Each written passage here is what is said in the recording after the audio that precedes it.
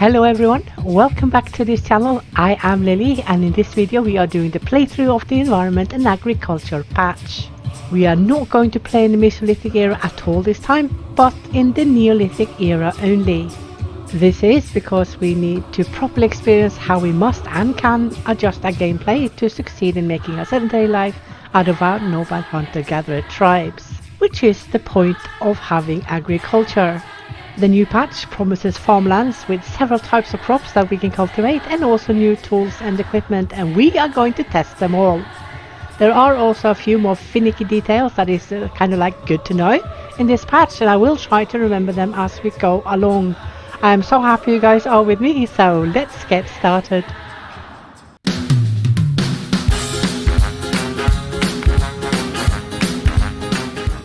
So let's start in fairly late Neolithic, 2k BC.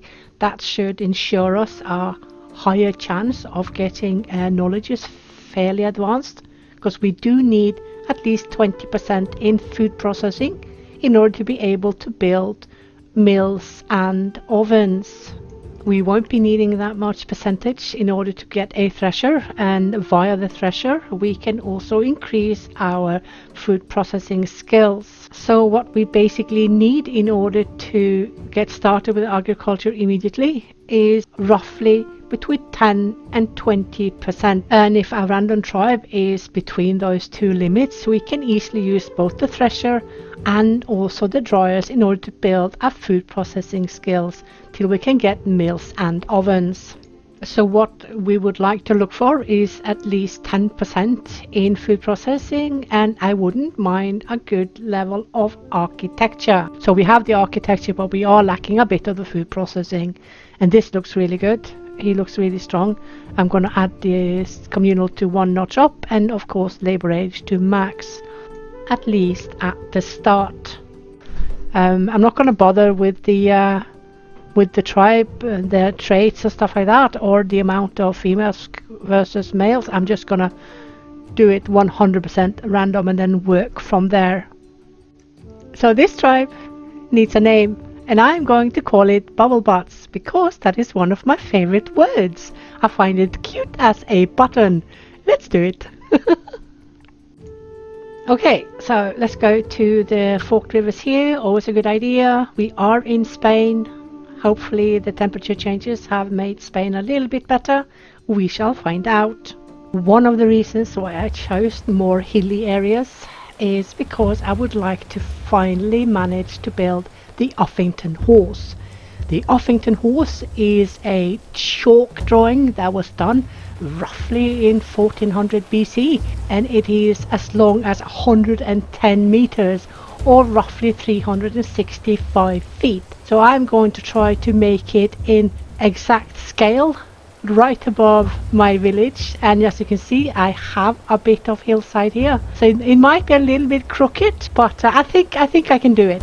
And when I say exact scale, it means in comparison to the humans. If you look at the humans in the picture, that's the scale I'm talking about that I want to make. So if you look at the timeline, we're starting 2k BC, considering that the horse was made roughly around 1400 BC. We might actually manage to get it done within that specific timeline, and that would be just great. No guarantees though, because I have yet to complete the Uffington horse, because there have always been updates to the server I'm on, making all my games obsolete. Making this is not done in a swift. It will take decades, so let's just get started on it.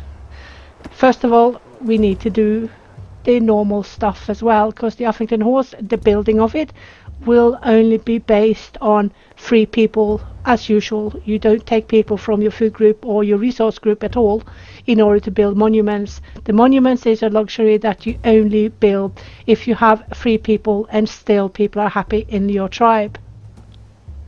Right, so I'm going to make some extra storage areas for stone, and also put the sticks closer to the camp or to the fireplace.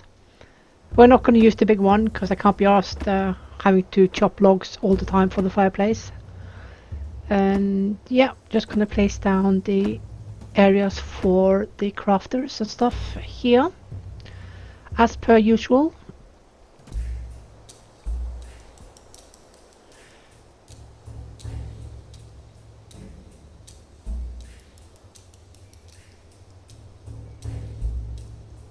Ta-da!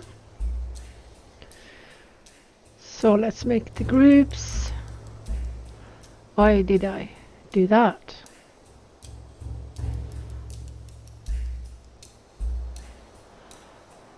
Let me see, just hope they don't take the closest trees. I don't like when they do that. So I'm not going to have this group focusing on stones. I'm going to use the free group, the straggler groups, to do that.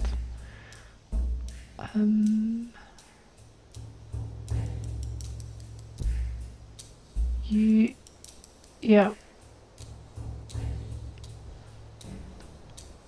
So basically everything with regards to reed and fiber is increased via that you can now also get fiber from the tall grass. So you get both reed and fiber from riverside, then you can also get reed or fiber from the tall grass. You get more, of course, from the river because there's a different type of species of reed, while the tall grass will grant a little bit less. So have one of each on those, so they are focusing on only these things, because now we're also using the wooden spear for tilling and planting as well. And I seem to always be lacking so many fine sticks. I'm just going to have one crafter for fine stick and one crafter for wooden spear, so they're always doing the same thing. Right, 2 fishermen should do the trick. I'm going to max out the farmers because they are going to be responsible for the farms, and you are just going to do dun dun dun dun dun dun dun. Let's see, I think 50 will be fine on those that are plentiful. Yeah.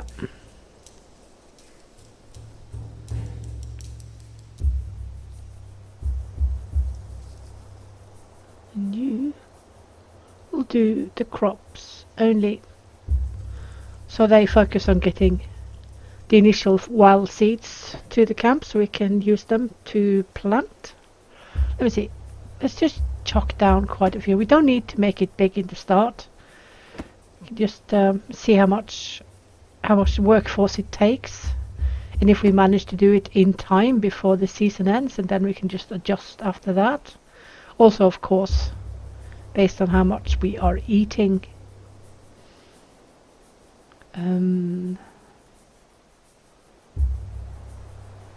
So the beets, yeah, that's good. You see when they need to be planted, also when they can be harvested. So the first one to go out in planting is the wheat in roughly February, which is late-ish winter. Get some speed. Yeah, the knowledge is quite alright, so that's good.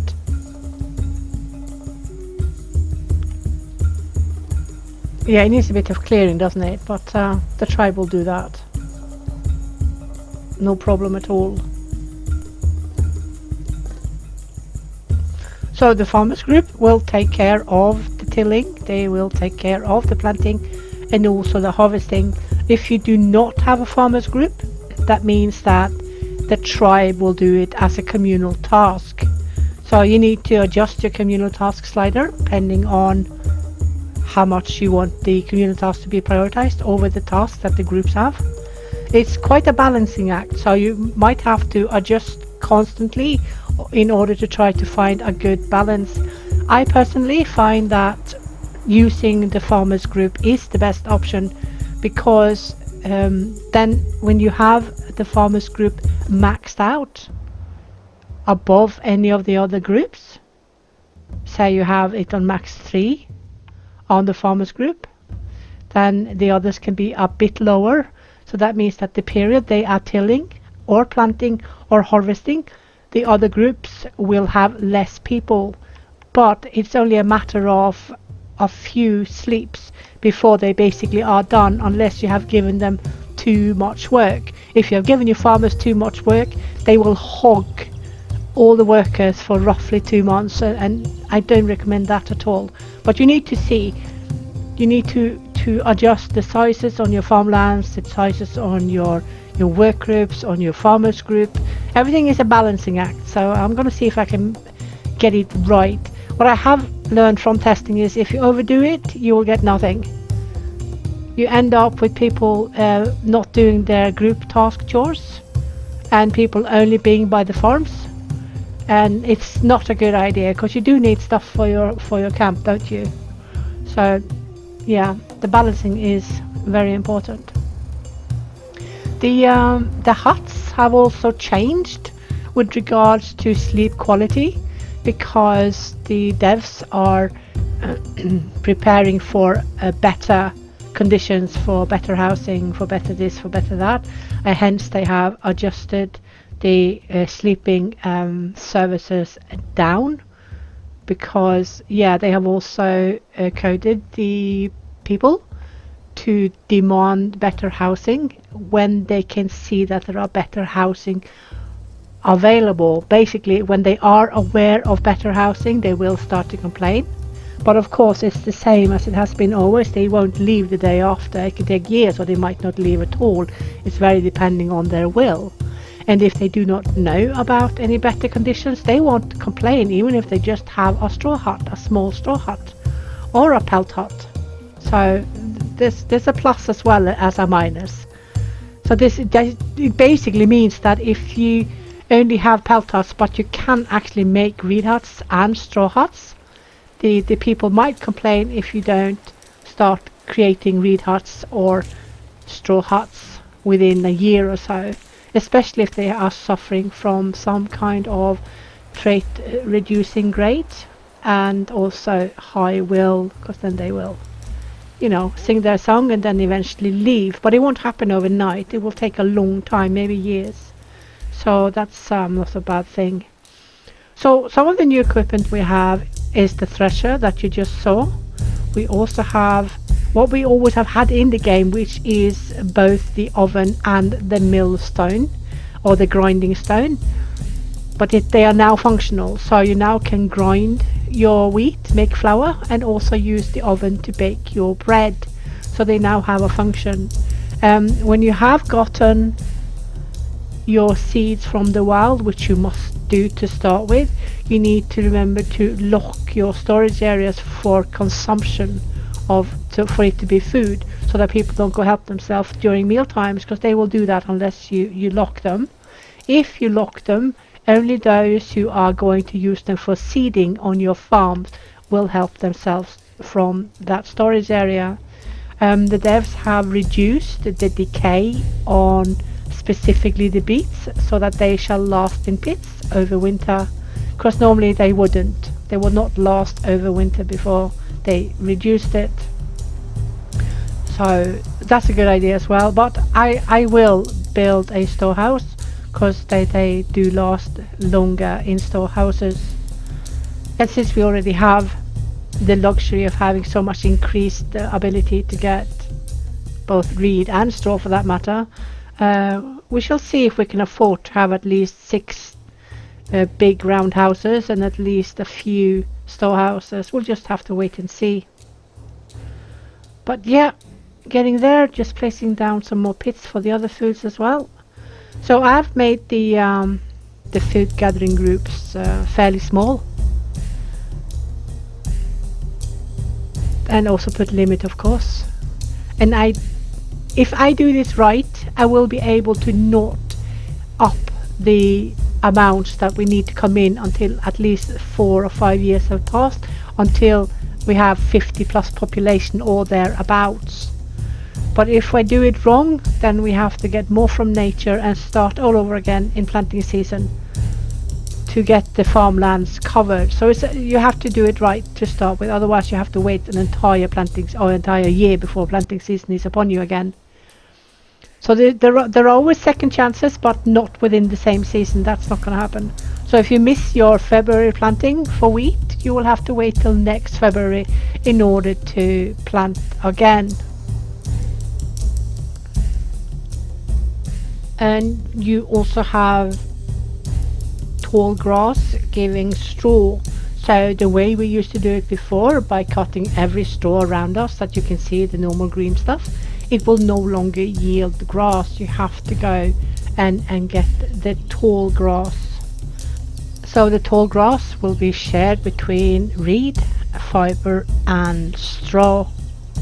This might need a small tweak. We'll just have to see how it goes long term with a fairly good amount of huts, both reed and straw.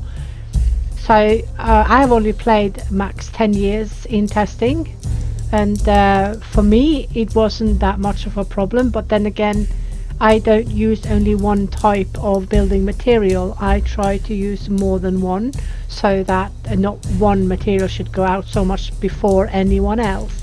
Like I used to always do like only one big reed hut or just a few roundhouses, and then the rest straw or pelt.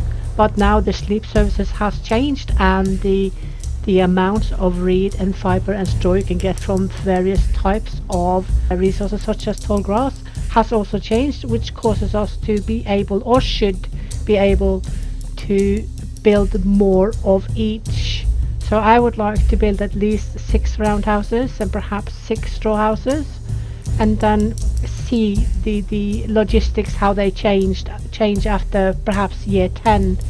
And even though grass is supposed to regenerate every season, it is supposed to regenerate, there will of course come a time where your resources will be more and more diminished to keep up all the huts and stuff. And I think this is something that the devs want to avoid. So based on how things go with long-term playing and players giving feedback, they are likely going to tweak it up rather than down. So let's see how it goes here in this playthrough, how far we can get with having a fairly mixed amount with reed and straw constructions. The changes in the houses is basically that the pelt hut now has taken over the role basically that small straw huts used to have. So now the pelt huts will not stagger any kind of unrest. It will actually increase it a little bit with a few percentages, which is kind of like the small straw hut used to be. It was very hated, and the sleeping by the fireplace is going to be even more unpopular, while sleeping in the open is basically going to be like having a kick in the teeth. It is going to be superbly unhappy people if you have to do open night sleeping for a very long time. I'm just going to see how they react to not getting houses to start with, because I haven't checked their personalities, I haven't checked their bad grades, but I will be really shocked if I had nobody with really bad grades and a high will, because they will be leaving if I don't give them houses in time. So let's just see how it goes.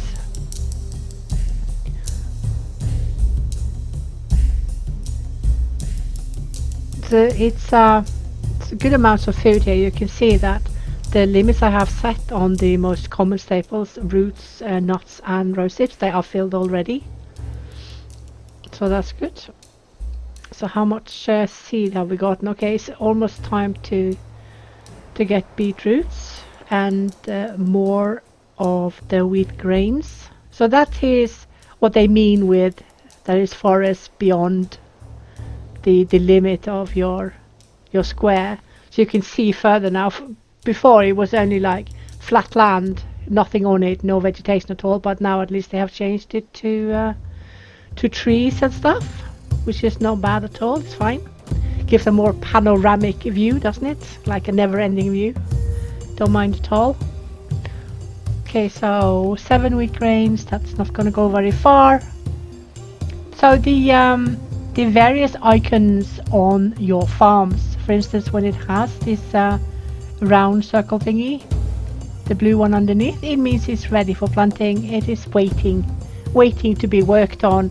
By that they mean first the tilling, which is loosening the soil basically and removing obstacles that can hinder the seed from growing, and then they will plant it. It's quite a cool animation to watch them plant and till. It's quite cool. So let me see. Yeah, not far off now before the beetroots are coming in. They have increased also the prevalence and the amount of bees, because that used to be a little bit atrocious. Oh, look at that, we got migrants already. Let me see, you have skills. Yeah, that's good. And you have skills, that's great, I'll take you too. No problemo at all. See, it increased my toolsmithing immediately. Nice, that is good. But not enough to get new stuff, because I already had what I needed quite early.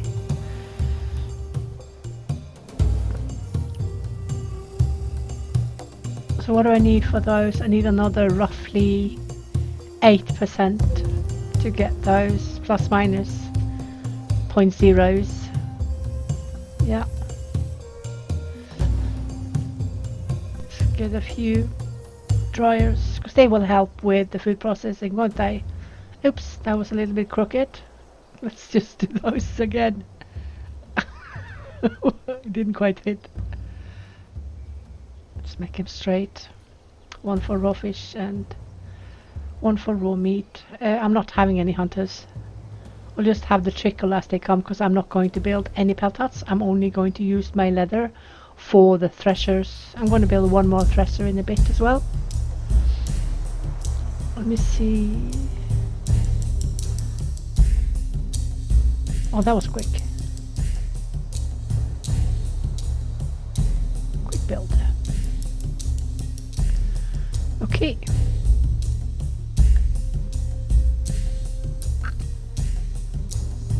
Let's get one of each as well of the baskets for the raw produce. Yep.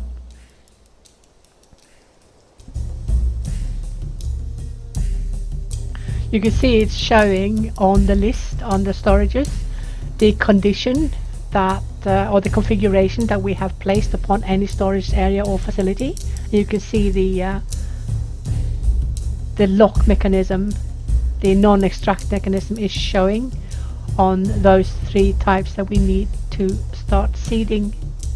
But it's easier for us to keep an eye on it, so that's definitely a big help, without a doubt. So that's good.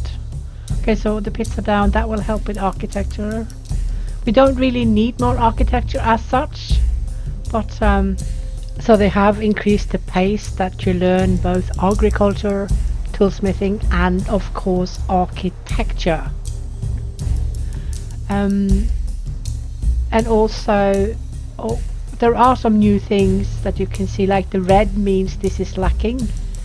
Like the quality is not the world's best, but we already know that. So it will show the red is what's lacking with regards to quality, because we want more quality. So the red is basically the quality we have in the next one, or the one after that, or the max that is available. So that's a telltale. So we can build hazel bows now, but I am not going to make it because it will take a rope, and I do not want any hunters. I'm going to see how far I can go without using any hunters at all. So I have 94 reed and plenty mud. So it is time to build a roundhouse. Let's go for it. Let me see, maybe I should make like a sort of arrangement, specific arrangement. Let's see, I don't want those because I don't want them to kill my tree. I just saw that. I think I'm going to put a bench there. It will of course disappear when he's old and dying, because everything is organic and have a life circle. A circle of life, just like the animals and the humans and everything else that is alive. So that one is reduced from plus 75 to only plus 25. So it is becoming a little bit more difficult to keep your people happy with it. So you kind of have to play right on more than one area, and specifically of course the policies, how you are you know, treating your people. So, you see, let's find a place because I want to also have a little bit of farmland behind them in a half circle-ish. Wait, oh, that's a tree that's been chopped already. Yeah, it needs to go, all of it. Don't want it. Oh, is that a rabbit hole? Sure, let's have a rabbit hole in the garden. They can eat the food. No, they don't. They don't eat the food. Only boars and wild dogs will eat your food. For now. So we are finally getting more beets. And it's too early for peas or pulses yet. And also a tad too early for the wheat. So basically when the gatherers are harvesting the wild wheat, it comes, as a big straw stalk. And so we have to use the thresher to separate the grain from the stalk so that we can pick up the grain and use it for seeds, and of course also grind it on the grinding stone and make flour and then bake bread. So there's quite a process behind getting the bread, and as such the wheat is not super economical compared to the peas or the beets that you just basically plant, harvest, eat. There's no kind of like middle processing things you need to do constantly with the produce. And also a tad too early for the wheat. So basically when the gatherers are harvesting the wild wheat, it comes, as a big straw stalk, and so we have to use the thresher to separate the grain from the stalk so that we can pick up the grain and use it for seeds, and of course also grind it on the grinding stone and make flour and then bake bread. So there's quite a process behind getting the bread, and as such the wheat is not super economical compared to the peas or the beets that you just basically plant, harvest, eat. There's no kind of like middle processing things you need to do constantly with the produce. Seem to go a little bit slow. I might have to add a few more dryers and perhaps a few more threshers to make it go a bit faster.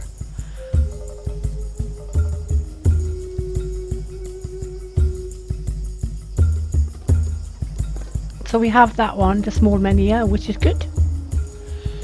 We're lacking palisades as well. That's fine. It's not that important, to be honest. It's not that important at all.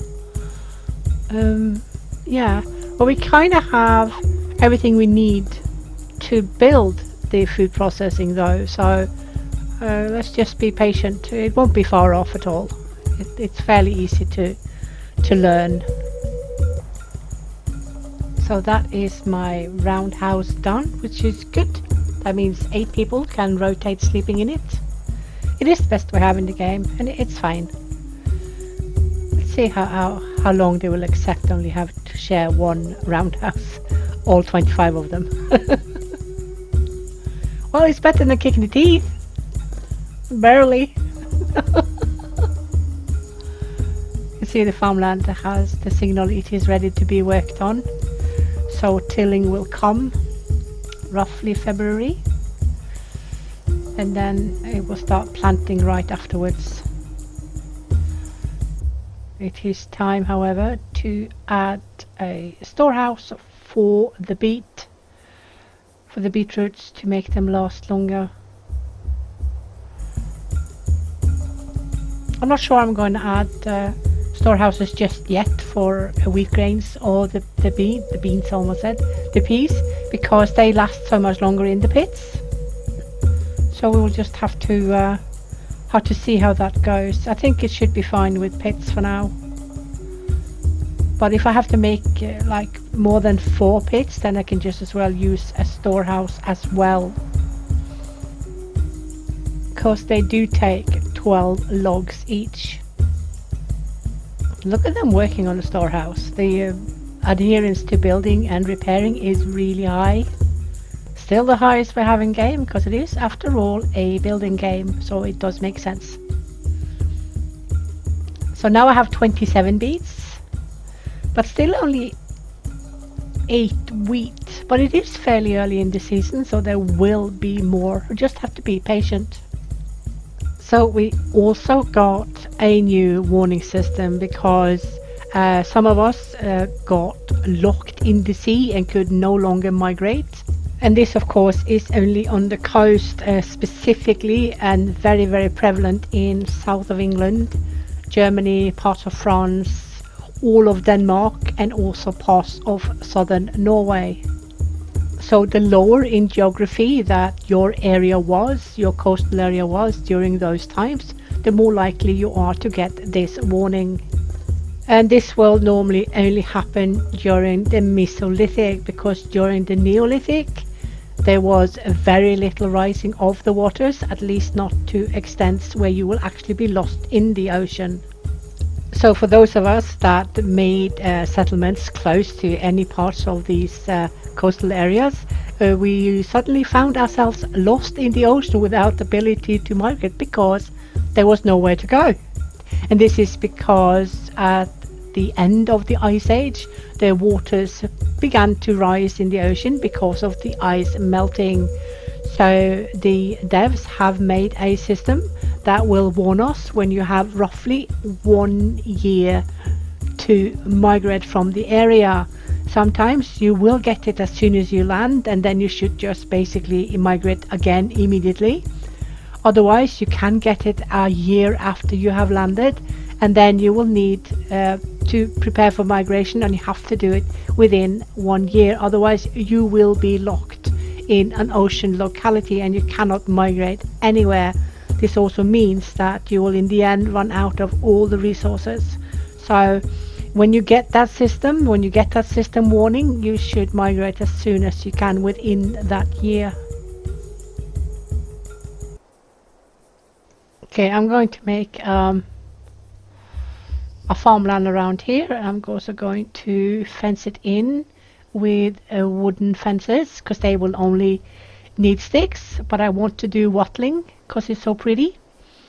So let's see if we can get it a little bit prettier around here. Oh, okay, a little sharp turn there, or none whatsoever it seems. Yeah, that's fine. Let's see, let's get that built, and then we also want to place farmland along the line. Oops, oopsie daisy. Yeah, I think I'm gonna redo those, but just to see how it looks. There are areas where it won't be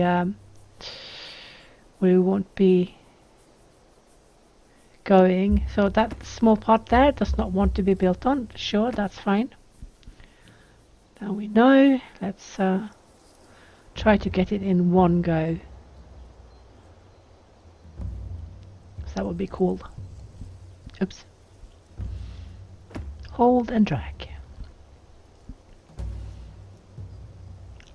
Right, let's see. Sure. Oh, there's one little one outside, but that's fine. The boys can have that. Let's do some wheat. There you go. So that's going to look quite cozy. Then we're going to add perhaps a basket or some pizza or something close to it. They already have a nice stone to sit on. I think I want to make a few of these in a circle. Look like a little flower or something. Could be very pretty. We shall see. Let's add a basket either for honey or whatnot. Like there. Looks good. Yep. Okay, so the wheat is now ready to be tilled. The wheat farmland. So it's almost end summer. That means that we now have harvested all the beetroots we're going to get. We also have harvested all the wheat we're going to get. A little bench here would do nice. The peas will come shortly, I hope, please. So we have enough to plant both the beets and also the wheat. And they are locked, which is excellent because you have to lock them, otherwise people will eat it. Yeah, they are all ready for action. So this is the tall grass where you get both your straw, your reed and your fiber. So it's not like you only get reed and fiber from these. You also still get reed and fiber from the plants by the river, like the cattails and the reed in general. And of course you will also get plant fiber from nettles, which is everywhere on your map. It is, however, with straw our unique source, as you will not get straw anymore from the places where we used to get it before.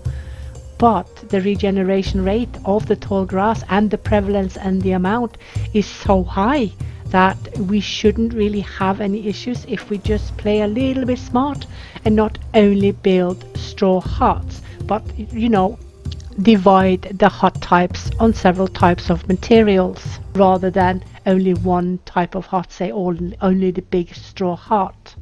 So, but we will see, because people play it differently, people want to play it differently. It's, there's no set way. So the devs are also wanting to make it so that people can do different types of building, different types of playing the game, instead of having to follow one path and you cannot stray, otherwise you will die. But it still has to be authentic, isn't it? It's not supposed to be fantasy magic or everyone will survive, because it wasn't like that back then. Depending on how you play it, so will you succeed or not, as it may be. Although a lot of players do like to stay uniform within whatever they want to build of housing, you can't really always play like that, depending on the size of your tribe, of course. But the larger you grow, and if you're going to have a sedentary life, you cannot only build one type, because I still do not think that there's any way you can keep 20 plus houses for decades after decades of the same material. The game is meant to diminish your materials, and if you use them up faster, you will have to migrate faster. So that kind of ruins your dream of a sedentary farmer's life. So considering what will be coming in the future of DLCs and iterations to each roadmap step, there will of course be more buildings for housing and stuff like that, and I also hope that there will be a way for us to either reproduce or grow ourselves some of the building materials that we will need, like straw and reed. Those two are the main ones, aren't they? So I really hope that there will come a time where that will be possible, and then you will have a proper sedentary life and you don't need to rely so much on the constant saving and being stingy on absolutely everything in order to survive for decades, in order to be a sedentary farmer, for instance. So I think as the future goes on with this game, we are going to get at least a few more options with regard to this area. And this is also why we don't have absolutely everything yet. It will have to come in iterations after the base game is done, and so have the devs commented on as well, and said that things will be added as soon as the base game is done. They will basically work on both the first downloadable contents and also adding iterations to the already established roadmap steps in the game. We just have to be patient, because this is a game that is going to be so rich and intelligent that it will be a classic. I'm 100% sure of that. Right, so we have started to get in our piece, and of course, while I have been babbling along, I've also started building the second roundhouse. I would like to build roughly 6, I think, to start with. I'm going to see if it is keeping people happy to rotate in these huts, and also going to add a few straw huts as well. And I also would like to very soon start on my project, the Uffington horse. It is going to take decades to get it done, and with the decay rate of stone at the moment, I'm not even sure it will work. But here's the thing I want to do. I have been planning this for such a long time, but never had the time to do it. I would love to build the Uffington horse with stone, menhirs, and fire. I will show you how I'm going to do it. You will quickly see what I mean by building it with fire. Just wait and see. Right, so let's get down some straw huts as well. I'm not sure I should build it here. I think I want only the roundhouses here, to be honest. Let's see, maybe let's build it a place where it isn't so difficult to find a flat area. Well, it is on a hill, so oh no, that just looks weird. Let's go further away. Yeah, no, it's either there or perhaps over here with the farm, because that's flat. Yeah, roughly around here somewhere should do it. Let's do one at a time. So with the big reed hut, they kind of now have taken over the stats of the pelt hut. The pelt hut was 0. It meant that you did not lose unrest and you didn't grow unrest. It was kind of like kept stable. And now the big straw hut has taken over that role. So now you won't get increased happiness. You won't get decreased unrest. It will just be kept stable, just like the pelt hut used to do before. The pattern on these straw huts or roundhouses are varying, and I find them really pretty. I'm sure we can make some mods with even more various patterns as well. I've seen quite a few and they look really nice. Dang, look at all the mushrooms. The reason why we have so much mushrooms is of course temperature, and because it can be so humid with all the trees that is blocking the sun and stuff, but it's still hot. So this is where the mushrooms will thrive. Going into winter soon ready for tilling. Oh, and the big straw hut is ready. Right, that's straw hut number 1. I think I would like to throw down no, not that fence, the wattle fence around this one and create another little plot of farmland. Let's see if I can make it a little bit same as the other one. Oops. So one looks a little bit more round than this one, looks rounder than the other one, but it's okay. It doesn't have to be exactly the same. Oops.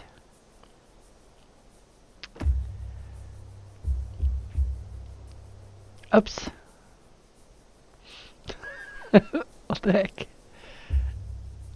I need the right drawing tool.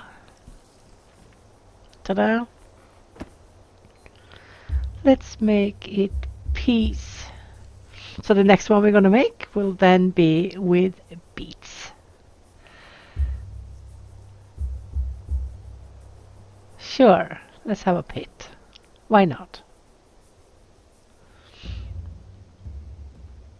A little bit fast forward, they are almost done with the fence again, and they are done with the pit.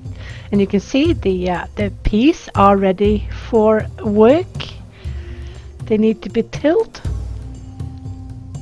Let's do mushrooms, because we have so much mushrooms next door to this house. I'm sure they will have a lot of mushroom soup.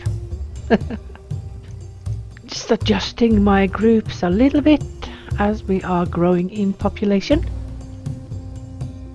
Right, let's see how much we have left. Oh, it's going really slow.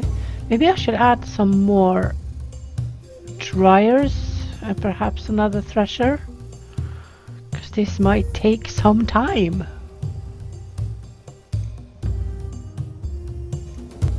Look how they're cutting the grass. You can see they are working on it, but some of them are not only carrying reed, some of them are also carrying straw. You can see the straw is going up and the reed is going up, so we are getting quite a bit of resources from like just a few stalks of the tall grass.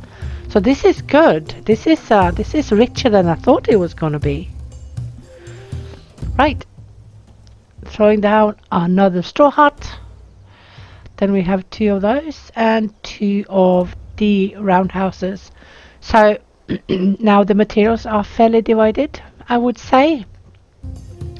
Also give the tribe time to gather up new stuff for the next storehouse, because we do need 75 75, and at the moment we have 73. Could also do with, let me see, yeah, no, okay, 100 straw. So we're gonna wait until it's over 200, and then we are going to place down another one.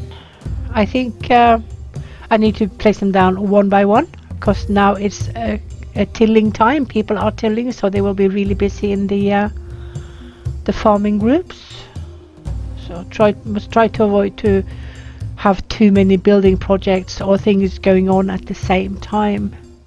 Look at them tilling. God, look at all the mushrooms. Lovely. That's where I'm gonna place my Uffington horse. I will soon begin on it. I just need to see that I've got the balance correct. There's so much mushrooms, and if you don't pick them all, they will spread until the boars come and eat them up. Pesky little things that taste good. Look at my rabbit hole. Is there not gonna come a rabbit family soon? I haven't seen a single rabbit around the hole. How can they not want to live there? Look, it's a wheat field. It's like living in a flipping larder, isn't it? Living in the pantry. And while we are at it, now that we have more than 200 straw, let's do this first. Oh God, I have to put it all the way over here, don't I? Because it's not flat enough over there. Sure, that's fine. They don't all have to be all together. I can easily spread them around. Tilling time. Nice. Right, look at them go. I actually quite enjoy watching them work. Also, see, there's also some environment effects on the tribe, which is new to this patch, and that is that they will change clothes depending on the seasons. Like if it is warm, they will take off their clothes and wander around, sometimes bare-chested. And when it gets colder, they will dress up with their parkas and their thickly woven textiles and stuff. And then you have those odd Vikings that do not get dressed in parkas and packing themselves in as quickly as those who tolerate the cold less than them do. And they also tend to wear, or those who are more adverse to the cold, they tend to wear their parkas way into spring, way too woosy to take off their parkas because they are cold. I can open that because I have quite a few now. So now the planting season is done. All the planting. Oh, more migrants. Yeah, sure. Yeah, you have good fishing. Sure. Why not? We can take them both. She has good fitness as well. Let's do it. Let me see. So now that the planting is over of the wheat, we can open up the storage areas for people to eat. Now it's time for the beets to be planted and also for the peas to have their soil tilled. So this is going really well. I seem to, for now, have an okay balance, but this is only year one. Let's wait and see. I might cock up things as I go along, who knows. You know, the more you have to do, the more you are occupying yourself with other things, which will be my project, the more likely it is something will go wrong. Because if you have a very precarious balance, and you haven't really found your proper balance yet in the tribe, oh, lovely, we can make stone sickles. That is a new tool we have for farming, and you can also use it to crop anything else, and it is 25%, or actually is it 50% better than biface. It's 100%, so there's nothing better at the moment. Right, what was I saying? Yeah, I forgot what I was saying. I'll probably remember it in a bit while I'm babbling along. So it seems that one group of farmers for now is enough to take care of those areas I do have. Oh look, see, some of them are hot, taking off their clothes immediately, while it's still a little bit late winter, and some of them are freezing. The freezing ones are doing the tilling, and the hot ones are doing the planting. That's fine, we're all different, just like today. So when all the planting is done on the beets as well, I'm going to open up, because you can see the rot process is almost half, so I should open up and let people eat up whatever's left. Oh yeah, I was going to say that if you have a very precarious balance in your work groups and free people, etc., you need to pay more close attention and to revisit your groups more often than if you just have a set amount of people in your group all the time, like from year 1 to year 2. So one of the things that I did notice is that when you have a farming group and you have it on max priority, people will leave, of course, all the other groups that are lower priority in order to go and do the farming chores. The same goes if it's only a tribe task, meaning a communal task as well. And that means if you are too slow or have too many of your farms, everything else will suffer. So you need to get that balance right. So if you go your max 2 months or 8 sleeps with tilling and then going over to planting and then take all your workforce, some areas are going to suffer. So you need to be very careful with just chunking down a ton of farms and adding a lot of people to a lot of farm groups. Bit by bit is the way to go. That has never really changed. It's always been the same, and that goes for the farming as well, bit by bit. You can quickly see the limit of what your people can manage to do before everything else starts suffering. You can just try ahead and test around and see what can your tribe do before resources start to suffer with regards to getting income of repair materials and to build stuff as you are playing. It's a balancing game. There has never been anything else but a balancing game and a little bit of smart play.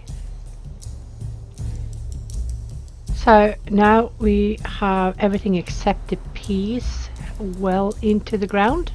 Oh, look at that. We can now make palisades and palisade gates. We're not going to be needing those yet, so... But yeah, it just shows that my knowledge is increasing, which is good. So I have almost 40, I have 39 peas. That should be enough because I don't have a lot of farmland with peas. The largest ones I have are the wheat, of course, because you need a lot of wheat to get a lot of bread, which people love. People love bread. Seriously, if there's bread, everyone will storm to the bread. They love it, which is okay. Let's see. It will be a staple, you know, just like today. We have bread as staple everywhere in the world, basically. Well, not everywhere, but in very many parts of the world. And now that they are having stone sickles, oh yeah, it's 75 crop on the biface, so it's a 25% increase on the stone sickles, but the stone sickles can't cut. Only the bifaces can do that. So like the hunters, when they go back to slaughter a kill, they will bring bifaces if there's any available. Otherwise they will just use their spears as best they can. Okay, so now the peas are asking to be tilled, to be prepared for planting. So don't forget, you can seed by hand, but that is a bit more wasteful, as people will just reach into their pockets and throw out a lot of seeds, you know, as compared to when they have a proper stick that they can make a hole in the ground with and then directly plant the seed. You use a lot less seed when you have a stick.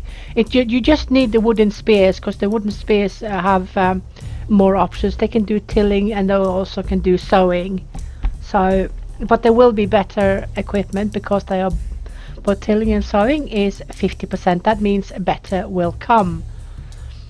That might be the plough closer to 1k BC, because that's when it was more normal that the Neolithic Atlantic Europe had animals that drew proper ploughs. So that's gonna make the farmers' work a lot more productive and super efficient, which is excellent. Let's make another one, because we have 75 reed and we have way too much mud, because I think I placed something over on the mud pit and I didn't realize it until quite a bit had been taken. You know, they take a lot of pieces of mud for every time they go. I think it's over 20 at times, which is totally fine. Dragon hold.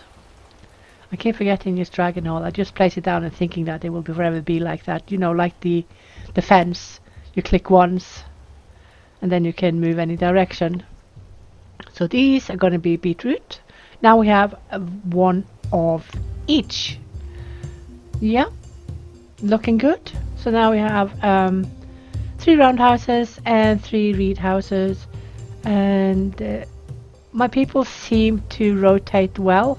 There is very little unhappy faces, which is fantastic. I'm really happy with that. If there are unhappy faces, it's because they have a either fitness reducing grade of the trait fitness, or if they have a will reduction grade of the trait will. Okay, so how are you doing? You should start. So late spring is when you place down your piece. You can see the wheat is sprouting already. Look at the speed. Look how many is building. Oh my goodness. They are efficient, aren't they? Certainly are. So the roundhouse only takes 75 reed to build, because it is only the roof that is thatched with reed, as opposed to the big reed hut, which need reed for absolutely everything. So it is quite economical to build the storehouse above anything, and mud is such a common commodity that there is no way you're going to run out of it. No way. The mud pits are huge. They can hold several thousand pieces of mud, and you need mud for nothing except for building. There are no buildings that need mud for maintenance, which of course is great. Although I would like that there was less reed buildings that needed reed as their maintenance. I would be so happy, for instance, if the roundhouse only demanded like logs. That would be great. Never going to happen though, because it is realistic that it is the reed that needs to be replaced or worked on a regular basis. But at least the storehouse takes at least a year or two. It takes quite a long time before it needs repairs. I actually don't remember how long it is, because it's been such a long time I started testing them. But it is at least a year before they need any repairs, and the amount they need per year is like 30-ish. So that's not gonna bankrupt your locality either, so that is good, of course. But when you have like 20, it changes, doesn't it? It becomes more and more to harvest. I'm just gonna place down a few more storage areas, also for the new tools that we can make, stone sickles, so they are close to the farms, so people don't have to walk across the entire camp to get it, for them to walk all the way back again. So that is good. Let's get those sorted as well. The wheat is coming along nicely, and I really would like to be able to make bread soon. I have only added 1 thresher and 1 of each of the dryers, so it will take some time for me to get food processing up and going, because I mean the tribe is just turned 1 year old, and it's not done in a swift everything, so I have to be patient. Or I could cheat a bit. I could spam a few dryers to make the process of knowledge building go a little bit faster. I think I might actually do that. I also got a haystack to avoid too much rot on the straw, so that's a good deal. They also have increased in kilos that they can hold. It used to be 200, it is now 500. And you can also see from the red that the storage is not great. It has few percentages, but it is better than nothing. At least it is nothing. It's, you know, it's like in real life, it's still out in the open, isn't it? Victim to all kinds of weather as well, so. Also built a tanner, even though I'm not going to build any pelt huts, because you are going to need leather to maintain your threshers. So if there ever was a time to save your animals for long term to get leather, it is now. The threshers will need repairs, but it takes a long time before it needs repairs. So it's not like you're gonna have to kill 20 animals per year to maintain it. No, it takes a lot longer. Ooh, that's also new. The blizzard effects also contain thunder and lightning. I love it. I find it so therapeutic. I'm a proper pluviophile and nyctophile, and night and rain is so lovely. I just hope we also get snowstorms. I've had small snowstorms when I went up to Norway in the game, but nothing that lasted for days on end. I would love to have it last for days on end, but that probably means that my income of resources and food will suffer. So there's that. You have to pick between two evils. Let's assign the pits. I built a few extra because we're getting so large now. Ooh, look at that. We got more migrants, but can we take more people? Do we want more people? That's the thing. Let's have a look. Yeah, you have good amount of agriculture, but I don't think we want you. We are already many enough, so I'm gonna decline these.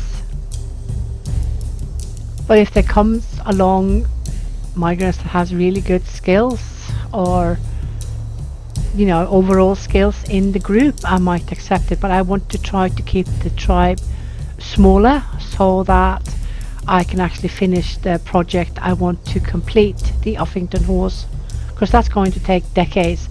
I, in theory, should be able to do this. I mean, I have managed like 50 years in the same locality, although the tribe was tiny, truth be told.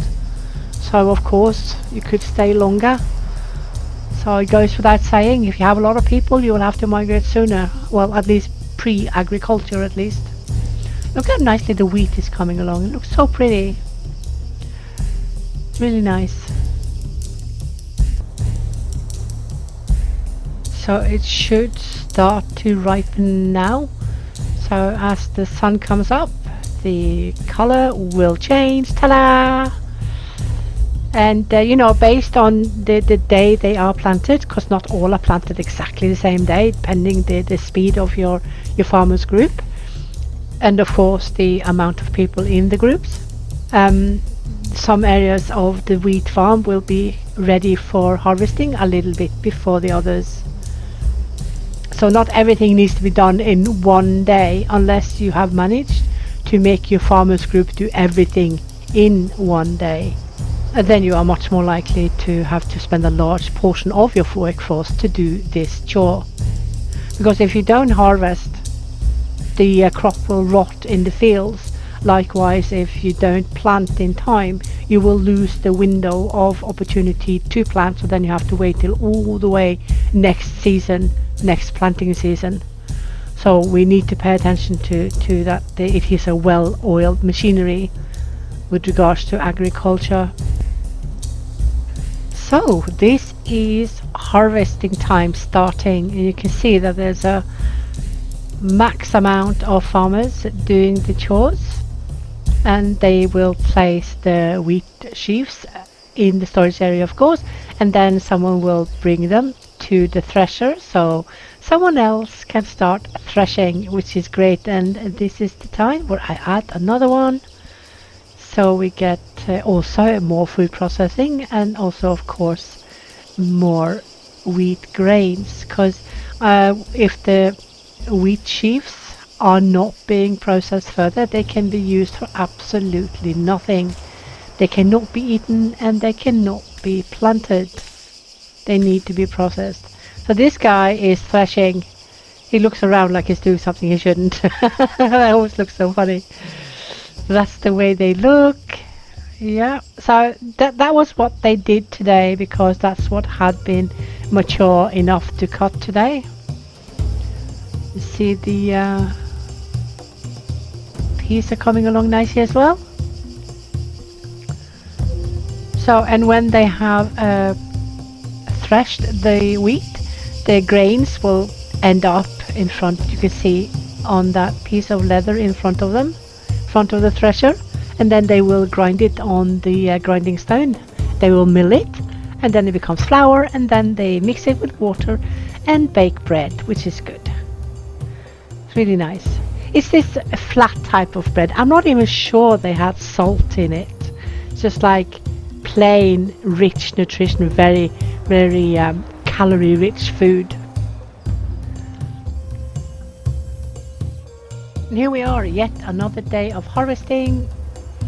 So I think for efficiency, the best thing you can do is to have your farmers group maxed out, so that you can get as much done within a shortest amount of period as you possibly can.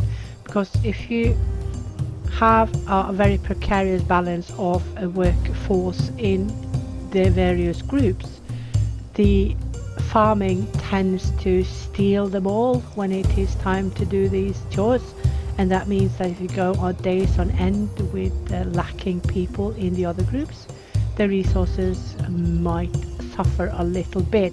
It's nothing you can't recover from, but it is not necessarily needed to have it cutting so close to where it is not functional. So that's why I'm probably going to make 2 farmer groups and divide them, so that I take, for instance, an entire day with getting everything done and stealing all the workforce, rather than drag it out over several days. So then we'll see if that is not going to increase the efficiency, and also then avoid the bottleneck that we will get if they are spending all these days ahead to harvest instead of getting other resources. So I think that needs to be balanced well for us players in order to get it right. Okay, so the wheat is incoming, so, and the threshers are very busy threshing along.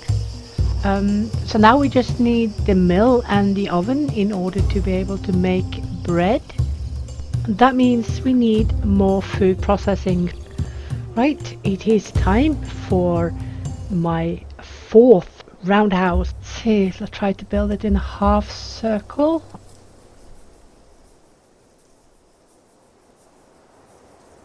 Yeah, that'll do it. Also get some nice fencing, wattle fence, in a half circle around it. Ish, half circle ish. Oops. Yeah, that's fine, that's fine. Having the stone as a natural decoration, it's all good. Let's also do the farm. Oh, you need to hold, Lily, and then drag. It's not like the fence. Ta-da! You have... what will you have? You will have wheat. Nice. Right, so that's 4 of the roundhouses and still only 3 of the straw houses.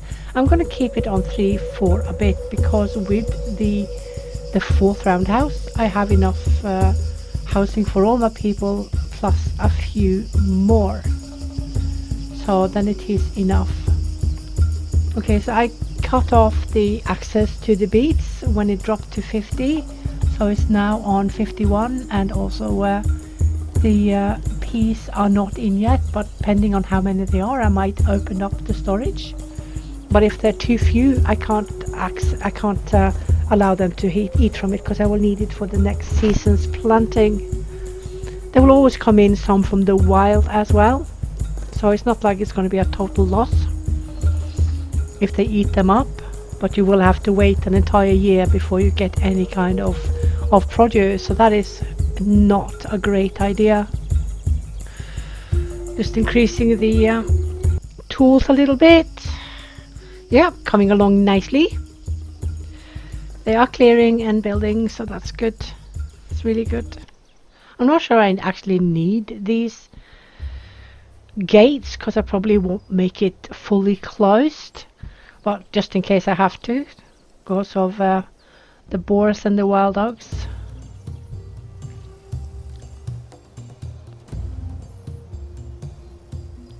Yeah, look at that. It's integrated into the stone. It's a more organic feel to it, isn't it? A more real feel. It's quite good. Okay, so now the peas are ready for harvesting. So that will be the last farmland to be cropped this year. Let's just see how much peas we are getting. In my testing, there was always in majority better crops from the peas than from the wheat or the beets.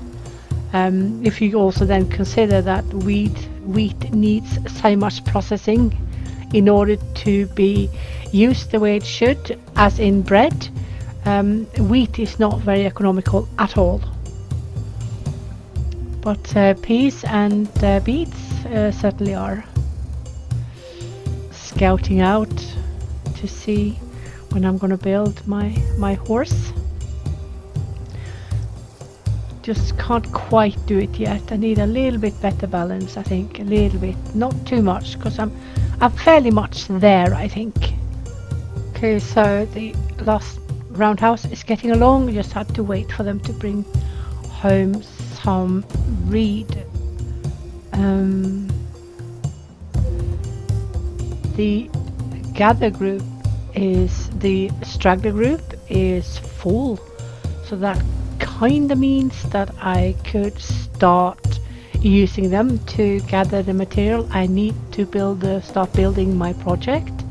I'll just hang in there and see. It's still just year one, so don't have to stress too much about it.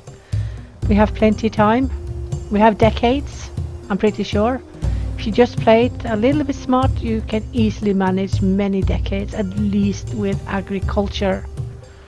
The seed matters a little bit less when you have agriculture, because you decide yourself, for instance, the amount of crop you want, except if you go way overboard, of course. Yeah. So I'm sure in difficult times, for instance winter, and there's little fish, or you don't want to hunt any animals, you can probably increase your farmlands, at least for a while. Then you can pause some when summer is coming. So there is more than one way to do it in order to play long term in the same locality. Look at the amount of peas we got. You see how much more peas we got compared to the wheat or the beets. So peas are very economical to harvest, to plant and cultivate. My reed gatherers are a tad slow, but that's fine. They will do it bit by bit. So if the balance is stable now for a while into year 2, I think I'm just going to start with my project, and of course I have to take it bit by bit, and also I need to make sure. Oh, hello there, Neolithic men here. Now we can make basically both menhirs. Yeah, that's good. That is excellent. So we still have some way to go with the food processing, but anyway, I also need to make sure, back to what I was saying, make sure that this stone does not decay so fast that I will start using an insane amount of stones for repair as I am building the skeleton of the horse, because it will take several hundred stones several hundred sections, and each section is 25 stones, so it's going to be thousands upon thousands of stones to build the skeleton. Right, so it is now tilling time for the wheat, and I'm not going to start any of my project stuff now. Will probably take too much people away from what needs to be done now, so the project have to be seasonal work. I have no other choice, otherwise I won't have enough workforce. So what I am wanting to do is that I will start with making the skeleton of the horse first, and then pause each and every stone section as soon as they are showing, so that I can get a better overview of exactly what it looks like the way I have placed it down. I also need to get the size right. I also gave the responsibility for the 4 smaller farms behind the roundhouses to my farmers group, so they are really busy and I don't want to disturb their work hours, so I will just wait till things are not in season needing work before I start my project. I am going to test something because I want to use menhirs as well, but they need to be so high up that I can actually fit the feet of the horse before it crushes my village. It doesn't look good. The menhirs do not want to be placed on a slope, which is sad. I mean, you can place the stone fences of course on the slope, but you cannot place the menhirs. That means I have to do it a little bit different. Not quite sure how I'm going to solve that. Anyway, let's start with adding a little bit extra storage space for the stones that I will be using a bit closer to the project. Yeah, and designate it to stones. Ta-da! So I would like to try to start a little bit on the sketching of the skeleton of the horse. I can't do too much work on it because we are closing up to planting season for wheat, so I will need my workforce to do that. So I need to be really careful with how much I place down. I will pause as I go along so that I don't steal the entire workforce. So the Uffington horse will have its lowest point, or closest to the camp, will be its left leg, while the tail-ish, along with its left back foot, hind leg, will be closest to the camp as well. So those points will be closest, while the ears, which I'm starting with now, will be the furthest away. So I'm trying to make it as similar as possible. It is a little bit difficult to make it look exactly the same because you do have stones, you do have things that avoid that you have the certain lines you sometimes need. So I'm going to try to do my best, and we already have a stone messing up a little bit, but that's fine, we'll get past it. And another stone, yeah, sure. Now I need to get the neck angle right, and that is not easy. I might have to do this a few times to get the good feeling about it. Is this a bit too sharp, I wonder? Oh, it is a bit sharp, isn't it? Dang. Yeah. And I locked it there before the angle needed an adjustment, so that wasn't so smart. I'll just I'll take it away. Ta-da! Let's try again. I should lock it after a few tries, so I don't have to delete absolutely everything if I don't get the neck right, because that's just annoying. Right, let's see if we can move it a little bit further up, but not much, not much. So starting with its left ear, yeah, a slight angle.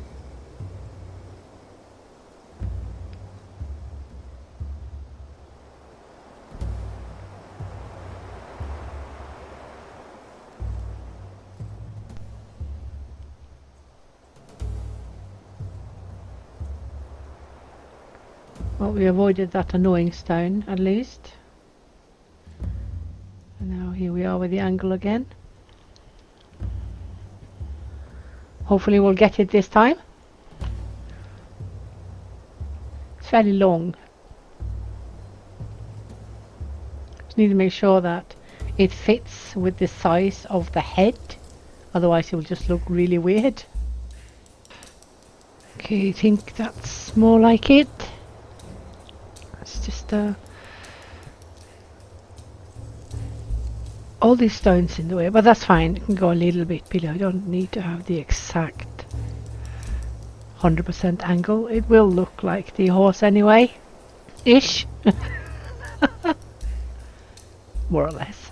I'll probably do some adjustments as I go along, because my OCD won't allow me to have it too different from what it is supposed to be. The curse of being a perfectionist. Right, so let's get some speed on this and see the tribe clear it a little bit first, and then I'm going to pause them as soon as the first set of stones are showing. They will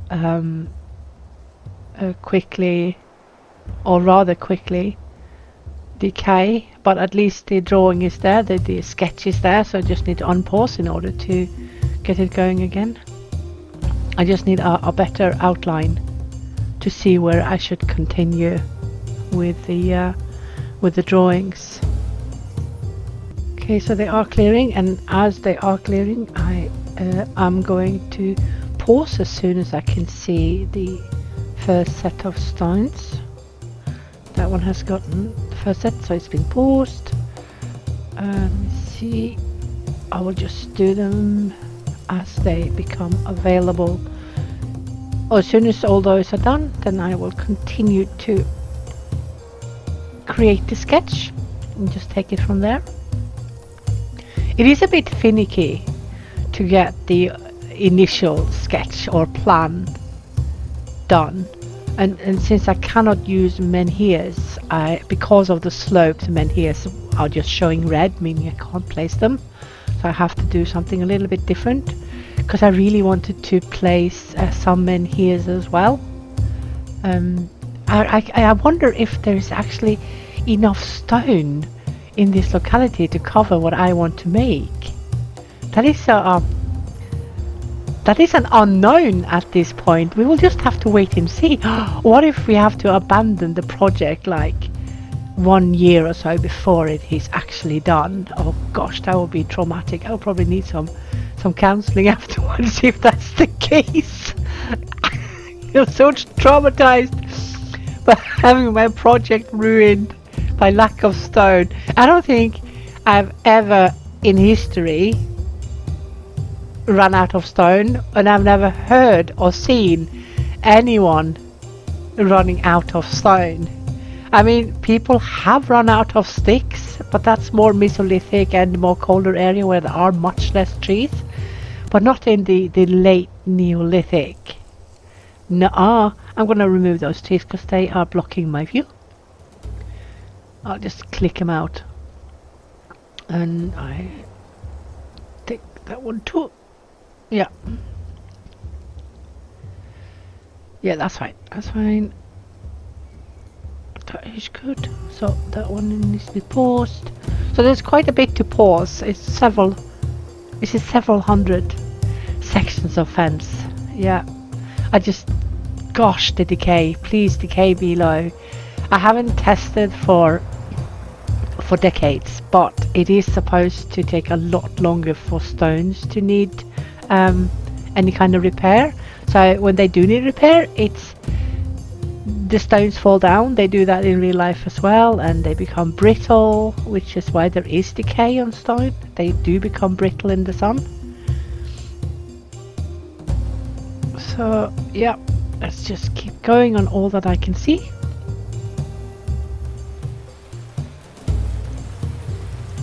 With the amount of stone that we actually need to complete this project with what I am planning to do, we might run out of stones.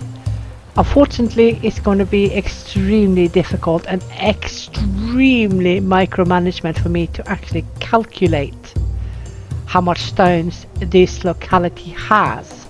But it is without a doubt that I am going to use at least 18,000 for all the menhirs I want to build, and then you need to take 25 stones times all the sections I'm going to put down on the skeleton of the horse, and that is so many, at least 500 times 25.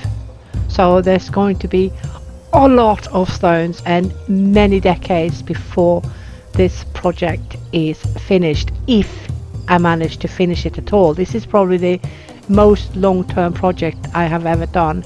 The previous really long-term project I did took 27 years, and that was the Eye of Horus. And that was with a fairly small tribe, but I kept it small on purpose so that I could stay 27 years in the same place where I went. So you need to also measure your locality, see how the seed is. If the seed is poor, you could just migrate till you find a very lush area where the seed is better, because the seed is kind of a curse and a blessing. If it's bad, you can't stay long. If it's good, you can stay forever, especially now with agriculture. Should I add a mane to this horse as well? Nah, then I'm taking away the authenticity of the wonder, don't it? I mean, you can't really just change it, then it doesn't become what you wanted it to become. Then it becomes a artistic freedom weird horse. Okay, let's see. Let's just keep all these paused. Otherwise, people just go fill it with stone and fill it with stone. And I don't want that, because I need to keep the balance in the tribe the way it is. Otherwise, we will suffer, without a doubt, because there's like, how many fences have I put down already? Sections? 100? 200? That's 200 more tasks in the tribe than I really can afford at the moment. So it needs to be bit by bit, so nothing is suffering. And this goes for everything. If you build a ton of stuff and chock down everything at the same time, and since building adherence is so high, it is max of everything else that you could possibly do in the game, everyone will drop everything they are doing and run to your building tasks. So always use a modicum of common sense before you go ahead with large projects with many sections. Let me see. This is an okay month to do it, really, because you need 12 people for the last field, which is peace, and then you have several months where you can continue to do your project. So if your balance is very, very precarious, you could pause all your projects while the seasons for all the farmlands are in action, so that you are not losing any people to do your projects instead of taking care of the farms. And when the tilling, planting and seasoning or harvesting seasons are over, then you just unpause your project and use the free people to take care of those. Right, let's start with the head.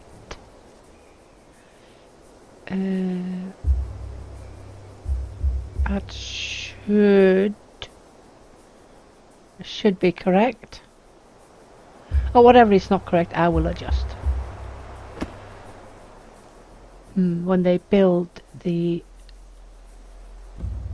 walls or these fences, it's closed in, so that means that the eye that I'm placing down will not be built or maintained. So I'm going to see if I can replace it with a menhir, or I just have to open a fence up so that people can get in to repair it when that time comes. We'll just have to wait and see. Okay, so that's the head done as well. Let's see, we should, let me see, what does the food look like? No, it's fine, it's fine. Let's keep going.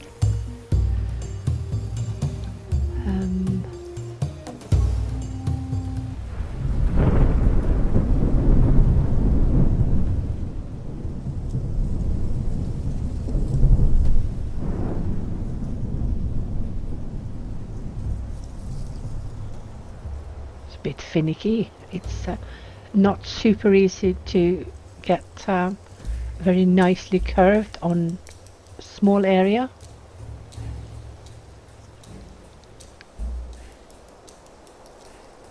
That looks alright. That looks okay. Let's keep going.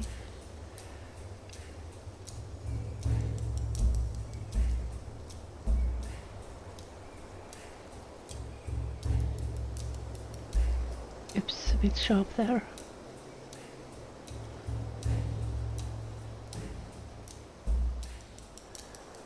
You need up now. Up and down. Okay. Getting close to the stone storage area now. Oh, not have a too sharp angle on that one. And then 1 and 2 down, or 1 down. There you go. Right, so let them do those. Okie dokie, let's cut off the supply for people to eat and just leave them for farmers to plant. Let me see. Okay, get to pause these as well. Just pause the game so they don't keep building and building and building, because that's not what I want at this moment. They're quite efficient, aren't they?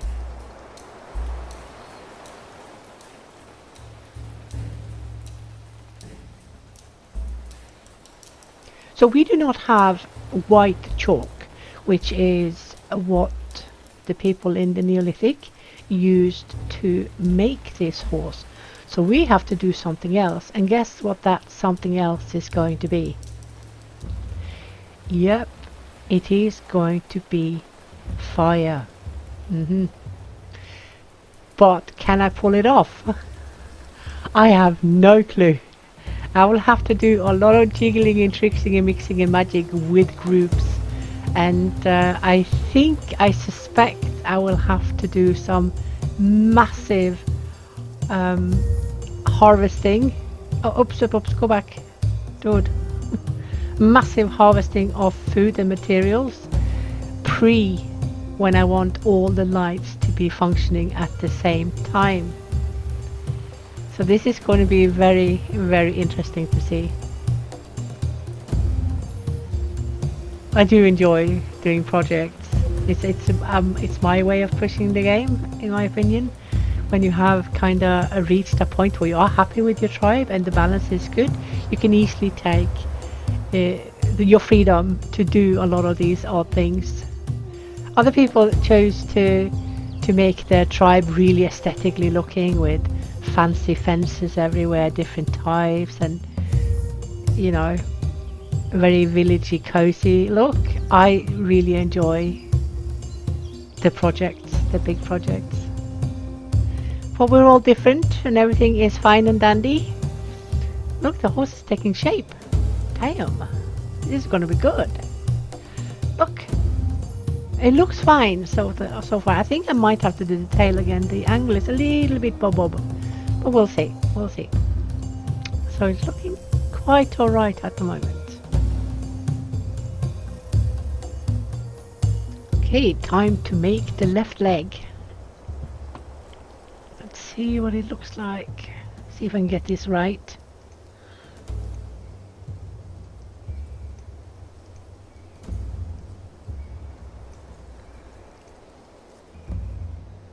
Doesn't always go well the first time. Wonder if I have too many there. I might. Okay. a little bit below the up thing, and then more or less straight, isn't it? Straight down. Okay, I'm gonna eat up a part of the stone storage, but that's fine. That is fine. That's a better angle. Yeah, that'll do it. Right. Okay, so let's have a quick look and see, because this is a beet harvesting season, but I have very few beet farms and they are not very big. They are just one small one and one medium, so I should have to pause my my project, and there's a lack of fiber at the moment, so I'm going to put priority up on this group and take down the work spots. That should sort itself, and then I'm going to start work on the belly of the earth, and I have no clue why I just said it in that accent.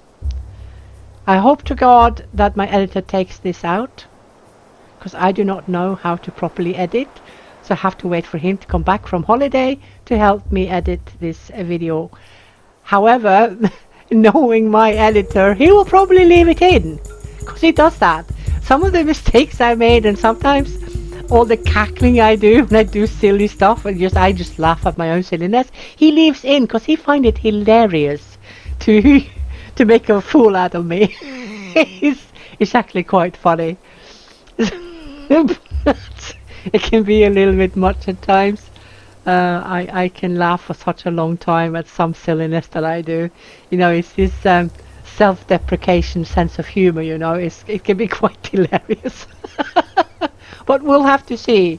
We'll have to see if he cuts it out or not. But if he doesn't, everyone will know I'm weird. And I guess people will comment, Lily, we already know you're weird. And I'm just like, okay then, let's move on. Right, belly. Here's for the belly. So the belly is going to be full of fire. I hope. Oh gosh, please let me make it. It's going to be so exciting to see if I can actually do it. So this video might be 12 hours long. Just saying. So if you are super bored, you can keep watching. Otherwise, it will take a long time. Now I'll do some clipping and some hopefully my editor will take away some of the more boring parts where I don't really talk. I just work on the horse, so not everything is going to be shown as such, but it's not like it's a secret whatever I'm doing, because I'm showing you things I'm doing, and you can all do this. It's just a matter of if you're interested in doing it. You don't have to be Einstein to do it. You just have to use your eyes and a little bit of time, and that's it. Everyone can do this. I wish more people would do more projects, because I want to learn more. I want to see other techniques and how people come up with solutions to the problems. For instance, the hill problem, where you can't place the menhirs like you wish, and if you don't use a hill you won't be able to see the whole horse. It will be truncated to a point where you just see a line if it's flat land, you know, and you don't have enough zoom out in order to see the entirety of the horse unless you make it so minor scale, which is not really a project for me. That's just a meh 5-minute job. I exaggerate to make a point. Okay, let's pause these as well so they don't complete them. It's a lot to pause, and it will be equally much to unpause when that time comes. Okay, only like that one, and that should be done now. Yep, good. Excellent.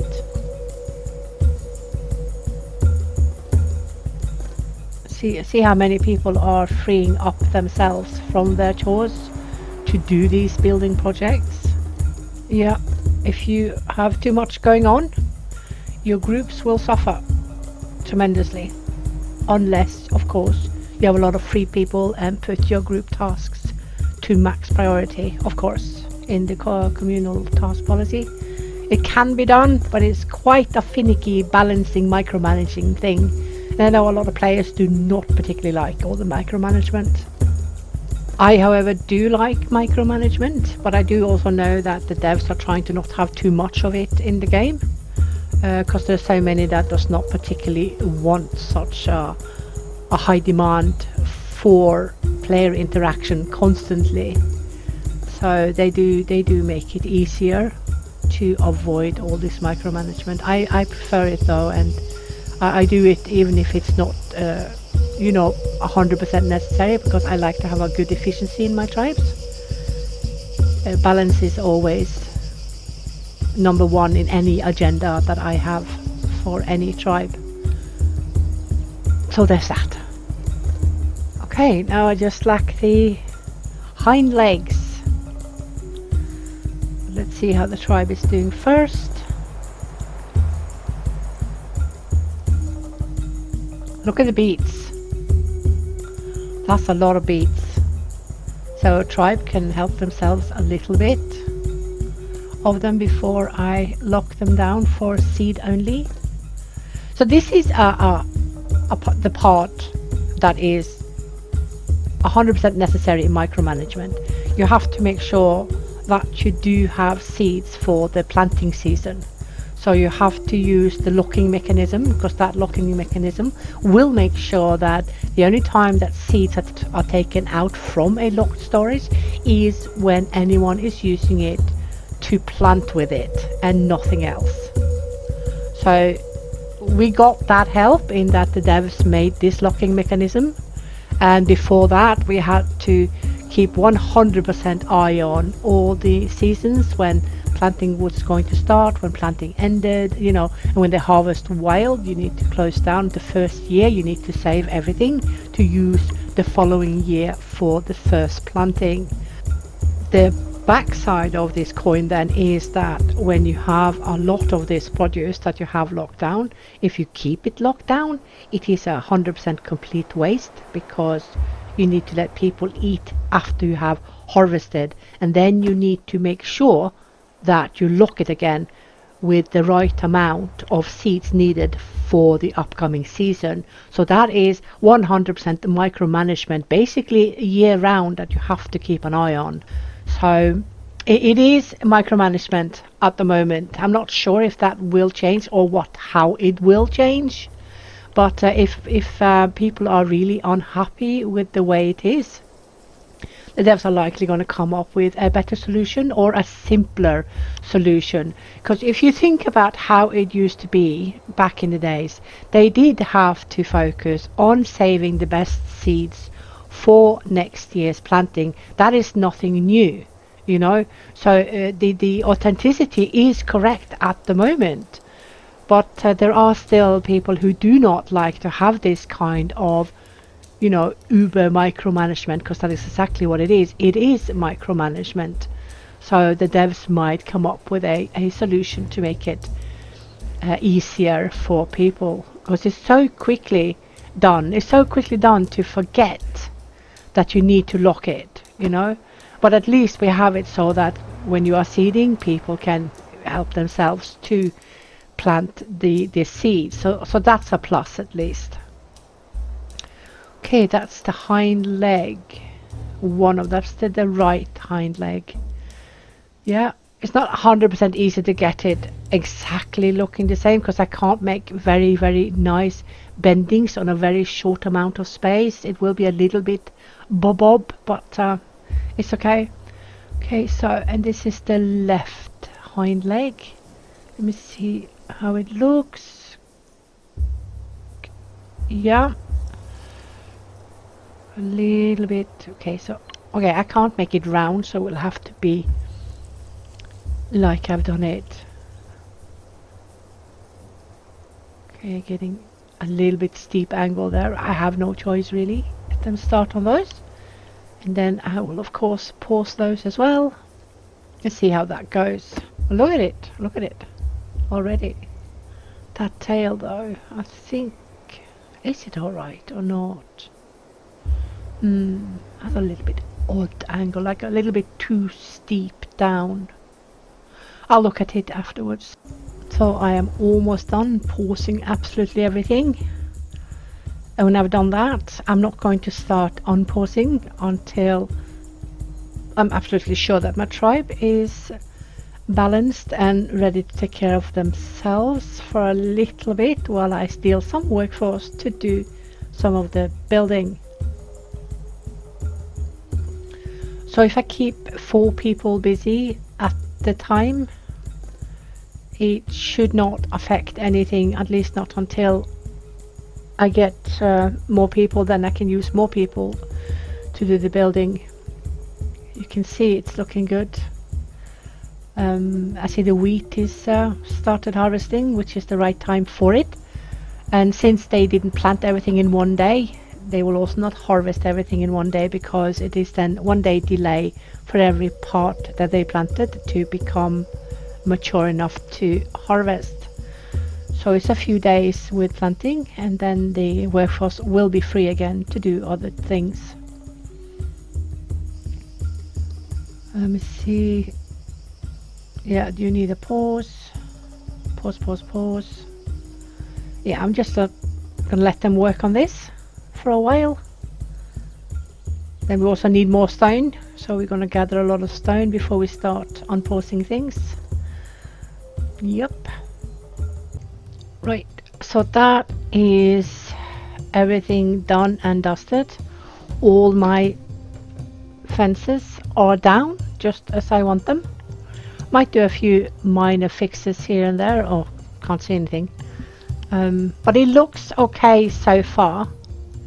So far so good. It's a little bit truncated. Can you see that? So I probably have to go a little bit closer to get a more correct view. But we will get there in time.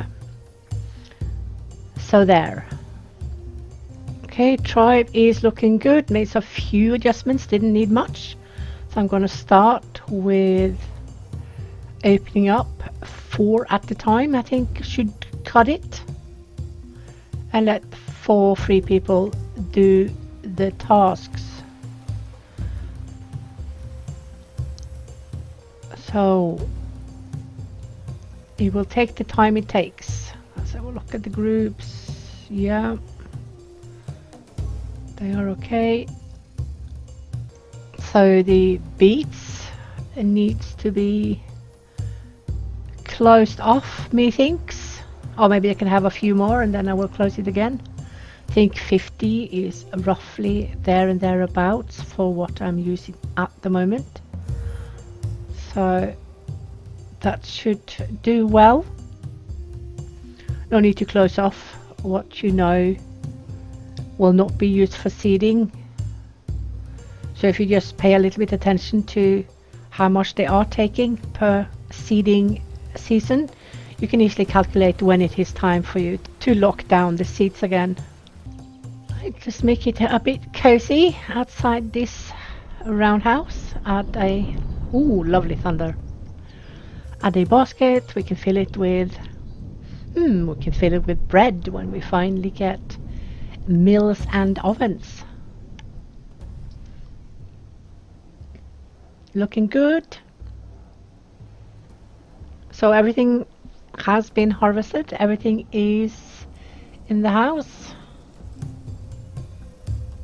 Look at the seed we got from all the wheat we did. We have quite a lot of wheat, don't we?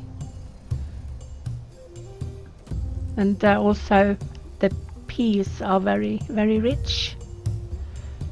So this is good. Looking good so far. So far, so good. Now it just remains to see how the decades will fare with us, or how we will fare with the decades, whatever fits best. Wonder if I should add a 5th roundhouse right about here. We shall see. What I want to do now is to add a large circular farmland roughly in the middle, in front of all the roundhouses, and right before, no, I want it bigger, it's a bit too small, right before the fireplace. No, wattle is too expensive. Yeah, that's the one. Let's go again. Make it a little bit bigger and quite circular if we can. Just a little bit bob. Let's see, yeah. Da da da da da da da. There you go. Then we also want the farmland. I think we're gonna make peas here. Yeah.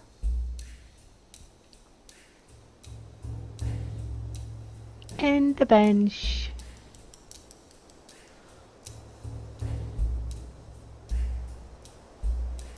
There you go. Like that. That'll be nice, won't it? Get awake. These fences are easy to make. They don't take a lot of material. I think it's 4 or maybe 7. It's not much at all to make these. Very easy to make. Let's take that tree away. Oh, more thunder. Lovely.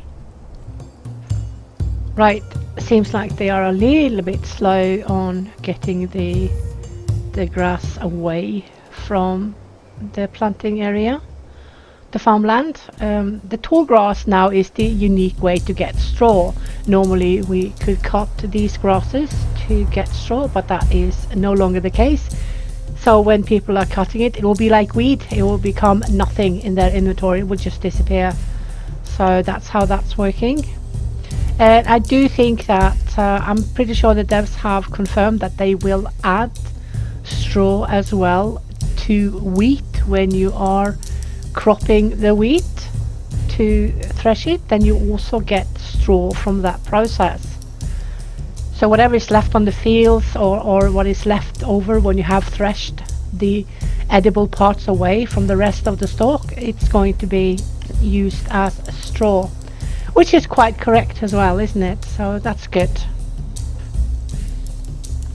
So I have quite a few beets, but they are rotting fairly fast, aren't they?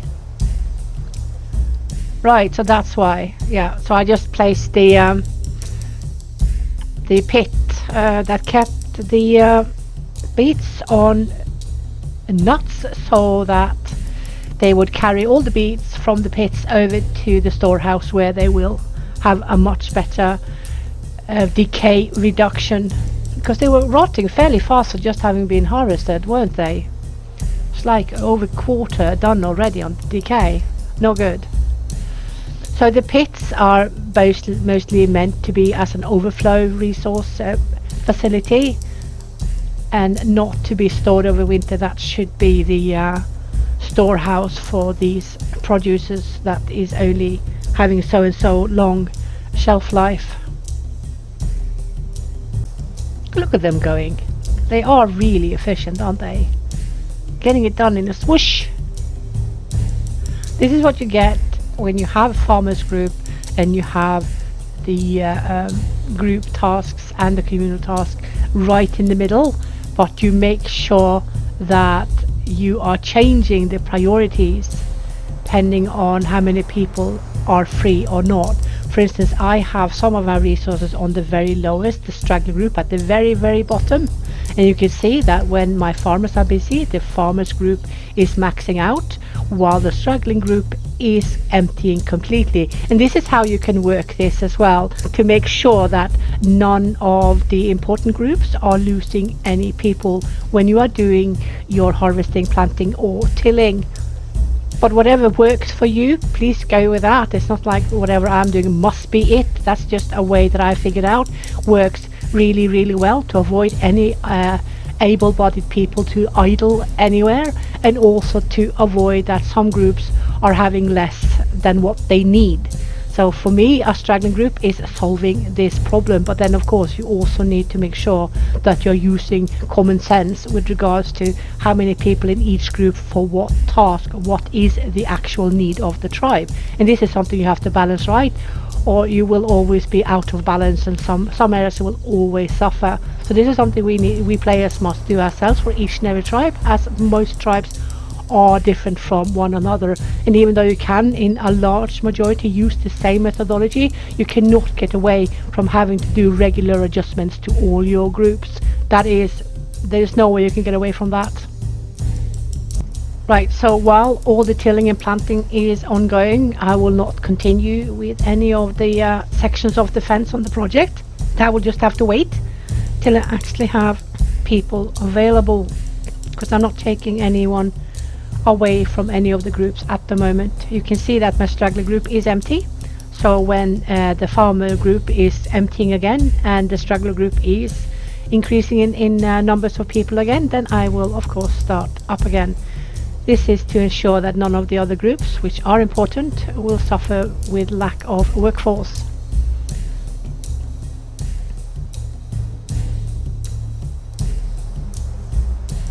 Also, the temperature, the weather will have an effect on your crop and also on the wild plants out in nature. So if a crop does not thrive in the current temperature, they could produce less. They're likely to produce less. I think wheat enjoys between 5 and 15 to 20 degrees while growing. I'm not quite 100% sure on the exact temperatures, but at least it is for sure if it's too cold, you will have much smaller amounts of yield. The yield will be very small in comparison to a temperate season yield. That is on all the crop and also on all the wild vegetables as well, not only what you're cultivating. So keep that in mind if you want to play a really cold place. First, if you go up to mid or perhaps parts of northern Norway, the growth will be very hampered by a colder temperature. One of the testing sites I did was had a -6 degrees in early spring and late autumn, and that alone caused the seasonal yield to be quite substantially lower. So keep that in mind. If you want a hardcore challenge, you can go to much colder areas and try to live off whatever is available. It won't be much, that's for sure. Neolithic, you are letting off with a lot better temperature change, as the Mesolithic is of course colder because the ice was still melting in Norway. Norway was one of the last places to lose their ice, so that's why you should go get your challenge or Doggerland and live under the ocean, being a Doggerland mermaid. I'm pretty sure that's how mermaids are made. Norway, among a few other countries in the world, still have the scars from the ice age in permafrost. We have permafrost in Norway, I think Finland has it as well, and also a large part of Russia also has it. It means that the ice never melts under the ground. And I can remember when we were kids, our parents disallowed us to sit on the ground, especially during winter, spring and late autumn. Due to that, the extremely permeating cold from the permafrost would go up into your body without you probably noticing it and could make you really, really sick. You can also find the largest glacier in Europe in Norway. It is situated in Vestland County. It's covering 487 square kilometers with ice and up to 600 meters thick. This glacier is called Jostedalsbreen, and it is with love from the Ice Age. So there's both tilling and planting going on, because they're tilling the peas now and they are also planting the last of the beets. So the yield next year, if temperature allows it, if the temperature is good, will be bigger. But look how much peas we still have. There's so much of them.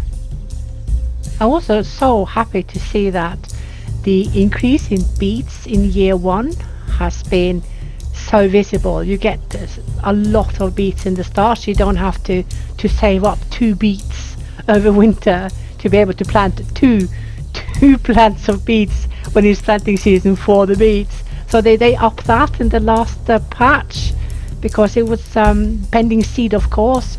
You could come to areas that had only a few beets the first year, because the first year is no longer feasting year.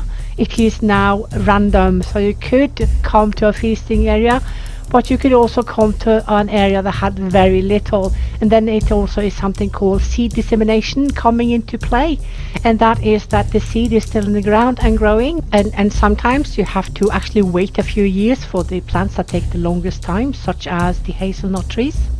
But it is how it is in nature as well. They start in the ground and then they grow and grow and grow. When they're grown up, they can produce food for you. So I guess it's the same here.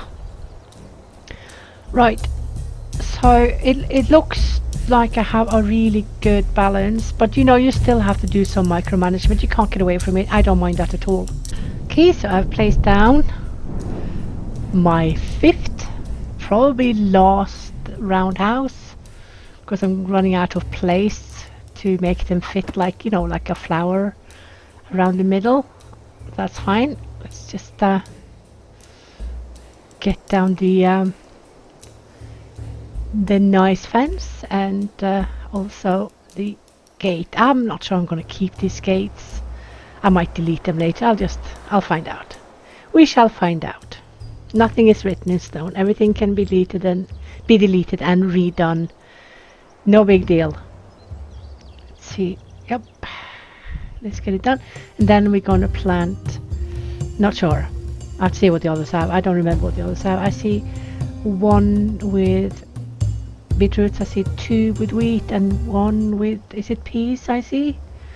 Yeah, well, we'll just find out. Yep, good half circle there, ish. Bit bobo, but hey, it's good enough. More wheat. Right.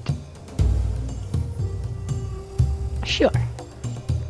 Maybe I could change it because it doesn't fit, because we have a list of beets here, don't we? And yeah, get a lot of beets, People do like beets. They do like beets.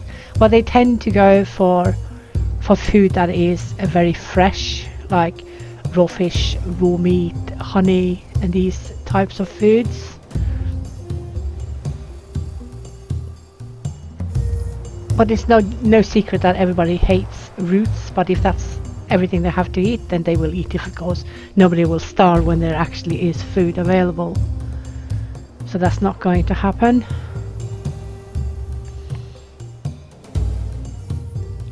Okay, so the food processing, I'm still lacking. I am year 3 and I still haven't managed to build up my food processing, even though I have 2 threshers and several dryers. So I'm gonna add a few more and then just mass hunt a bit and then mass fish a bit, and hopefully that will do the trick, because I want to be able to mill the grain, and I want to be able to make flour with it, and then I want to be able to make bread and bake it and eat it. I want to do it all. I want to see how it goes.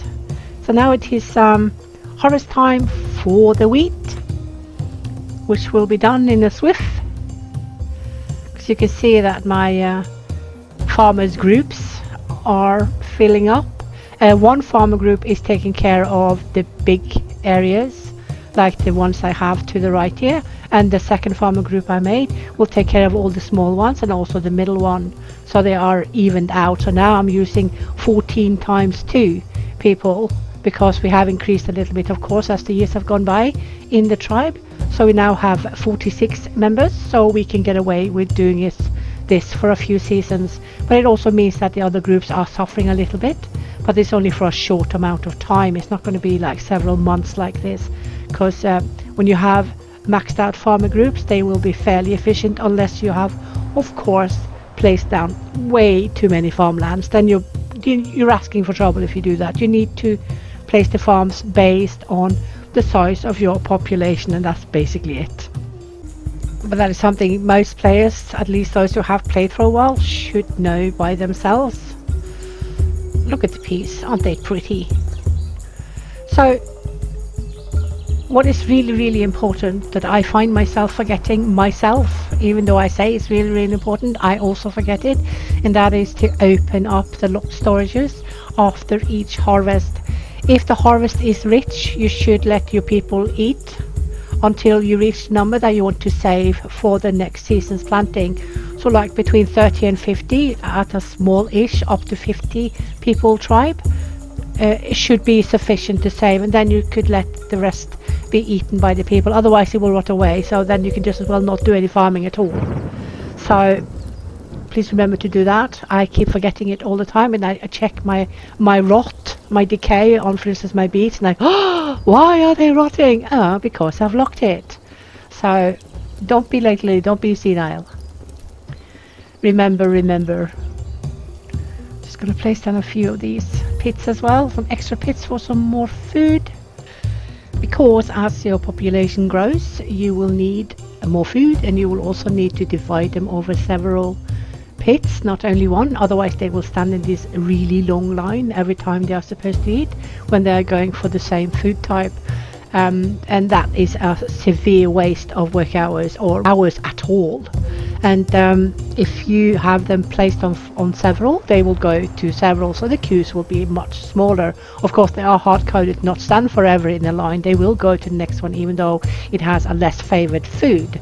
But you can make it much smoother yourself by adding a lot of pits for the same produce. I use at least 4. If it's more than 300, like the crops are likely to be, you should have at least 4.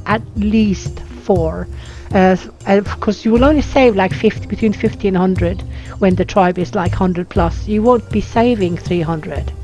There's no point.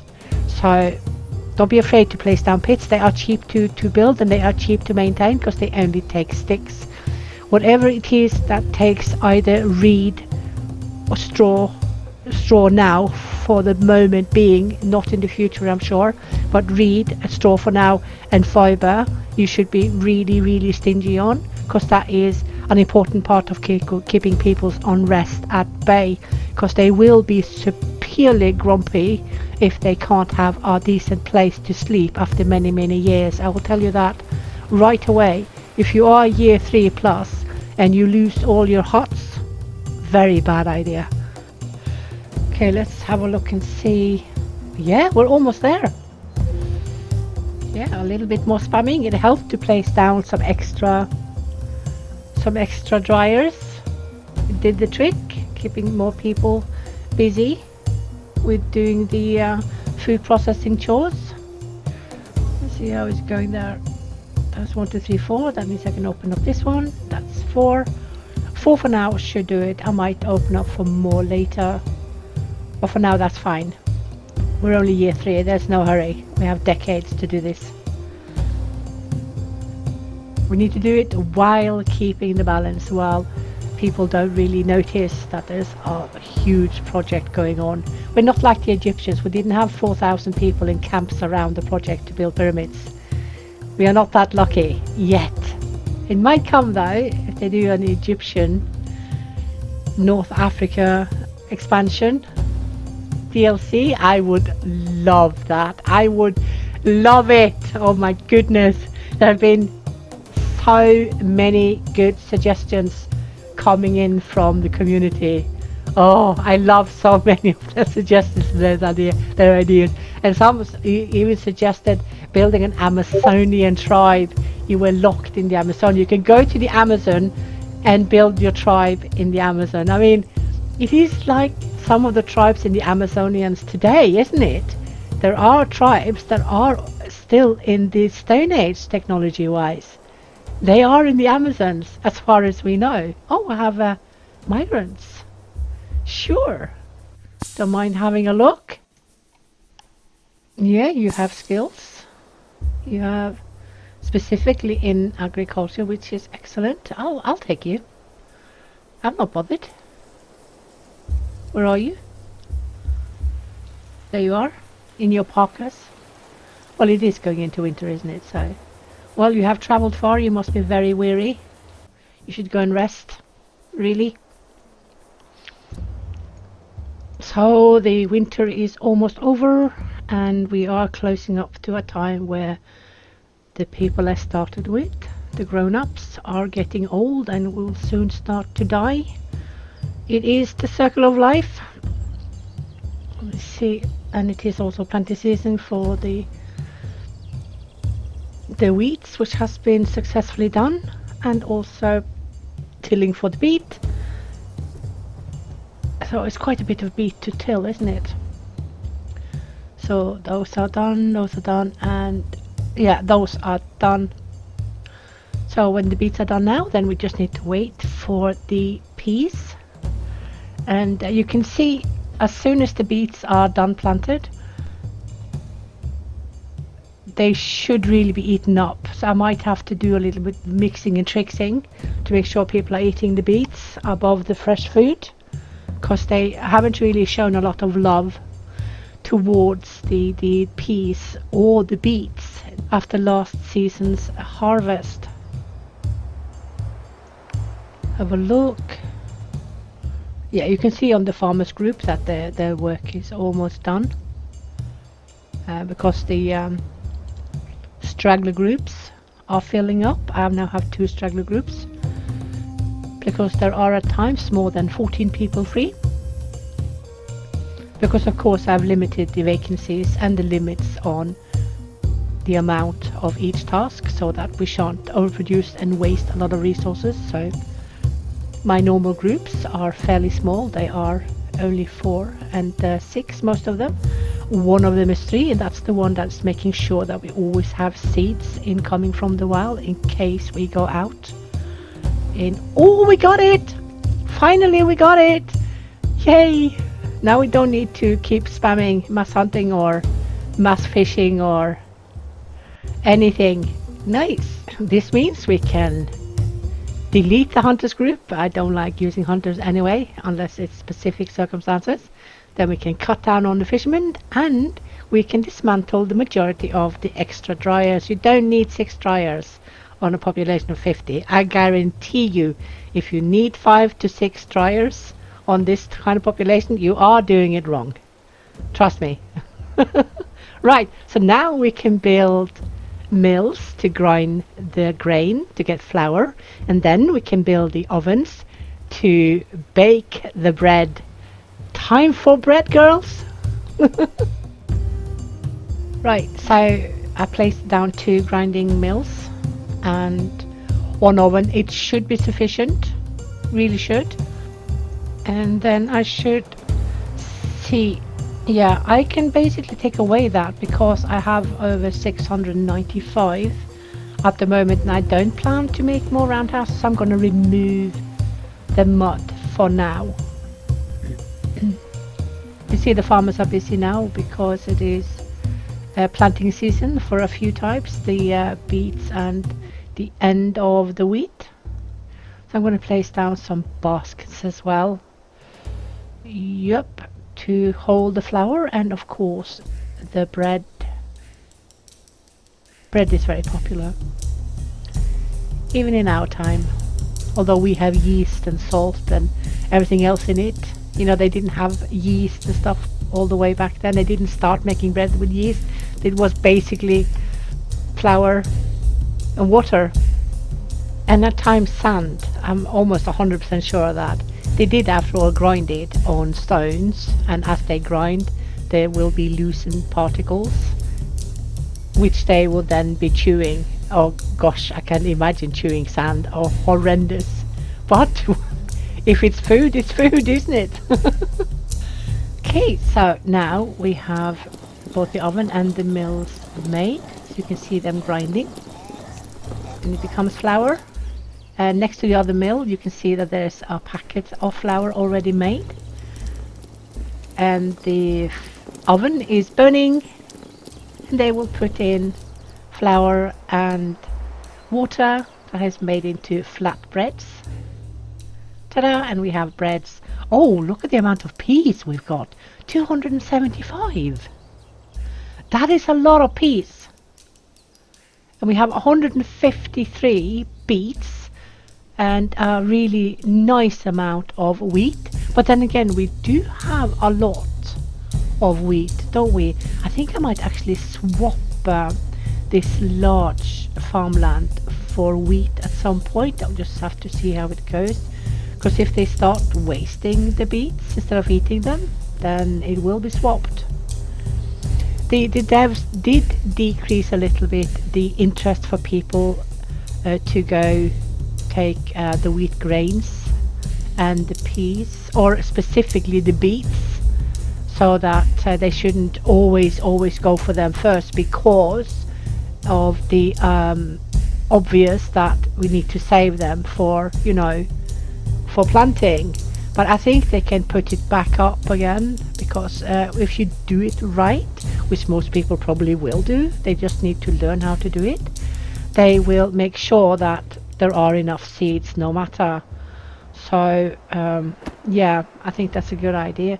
I think also for efficiency, I'm going to place down some of the farming tools here, so they don't have to go so far. Logistics is important in absolutely everything, because it takes time to walk, it takes time to go find the tools, and poof, 2 hours have gone and you have just been walking. So let's not make them walk twice the distance. Let's make them walk directly to the tools and then directly into the areas where they need to be working. That can stay on 50, because we are not enough to cover a lot more. How's this going? That's slow, but that's because I've been keeping my people so busy with the farms. It's just been planting season for basically everything, so they've hardly done anything.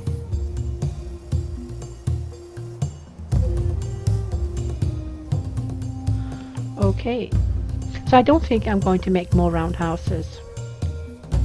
If I get over 60 people, I think I will rather make another straw hut instead, because I also want to add storehouses for wheat and also for the peas, and then replace the pea designation in the pits with some of the other types of food.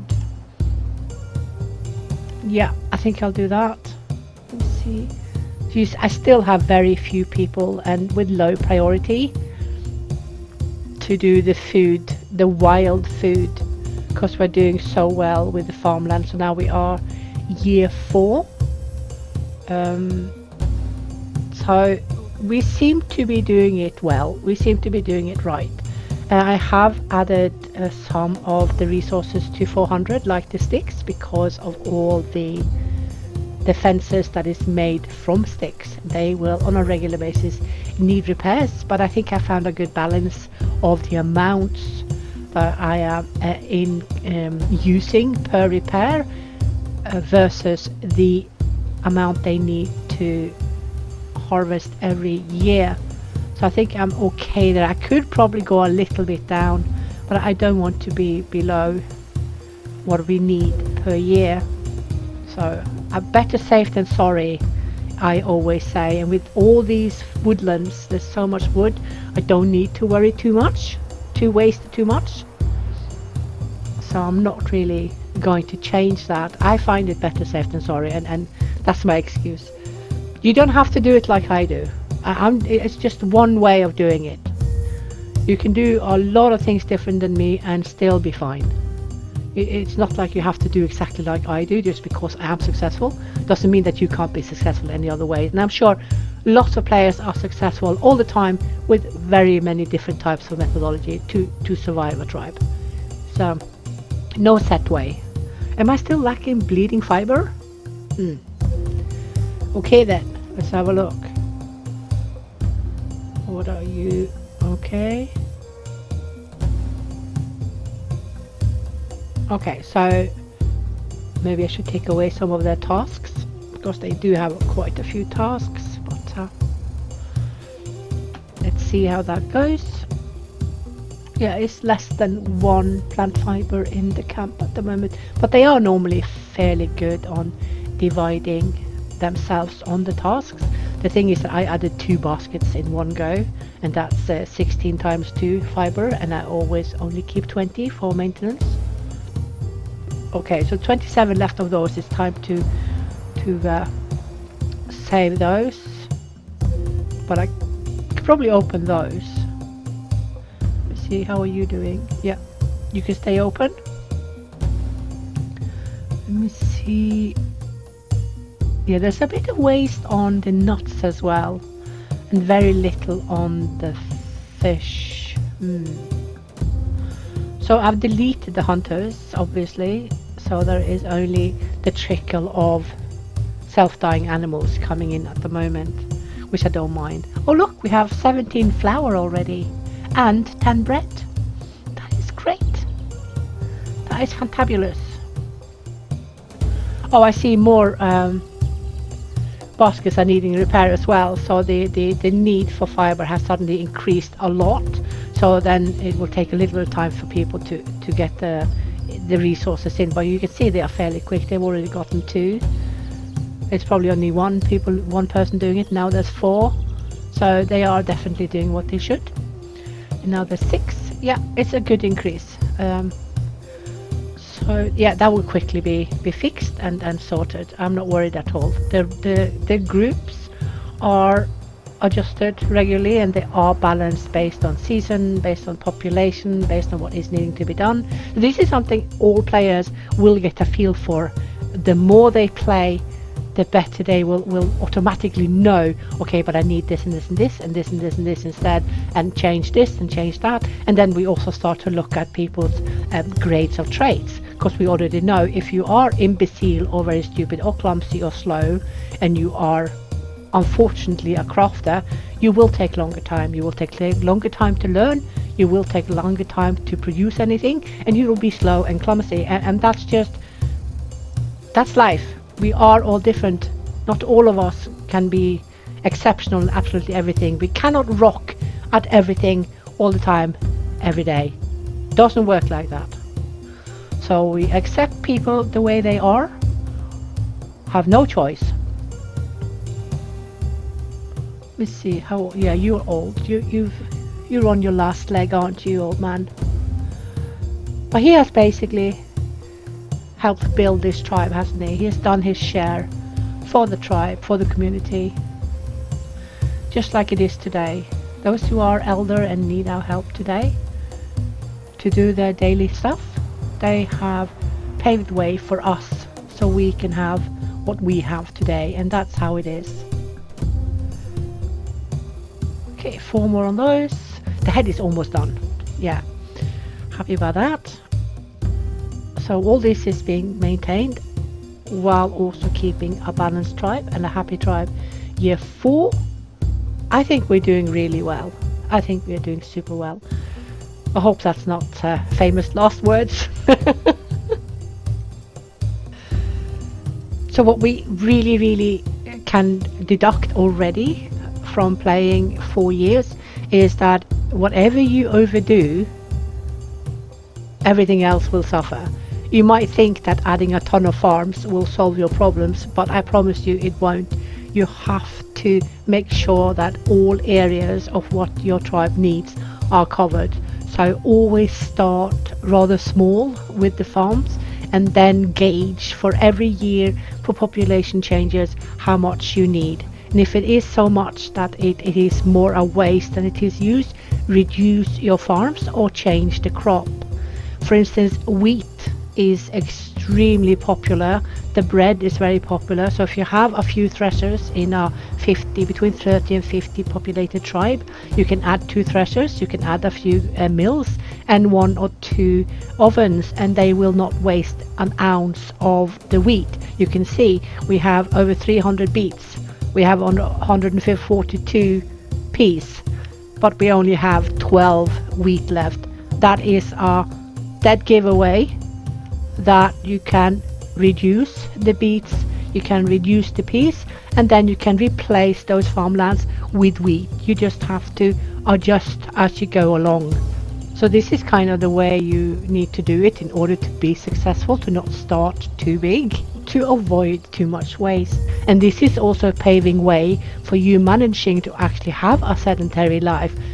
But there is a small catch, because while we are waiting for trade, resources are still diminishing more and more per year. What I'm specifically talking about now is not the food, because the devs have not implemented malnutrition yet. They have only implemented lack of calorie. So we can get away with feeding our people the odd fish and then wheat bread and peas and beets the rest of their lives. It will not be a drawback from that. However, some of the more critical resources, such as flint stones and fine raw stones, which we do need for some of our equipment and tools, are limited. But we have got a little surprise from the devs, and not many people is aware, and that is that we can now get fine raw stone from the rivers. The rivers will wash down from the mountainous areas and into our locality a few fine raw stone per year. So you will always have a very nice little trickle of fine raw stone. That means you can always build axes, which is fantastic. However, you need to be careful with another critical resource, which is the flint cores. They have increased the prevalence and the amounts of flint cores, but if your tribe is huge, you will also have a huge demand, and they have decreased the decay on these weapons and tools, so that is helping a lot. But until trade comes, we must be using these resources very, very, very carefully and only build what we need.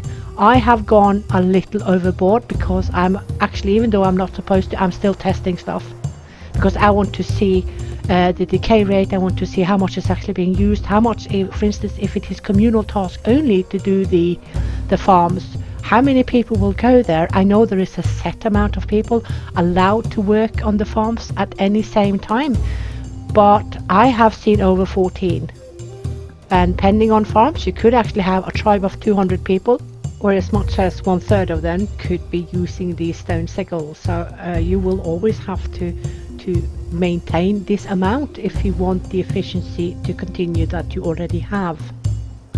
Whatever comes to us, we will deal with it and then work from there. But until trading comes, we can trade our critical resources in or out, if that may be. We need to be a bit stingy. So there's that.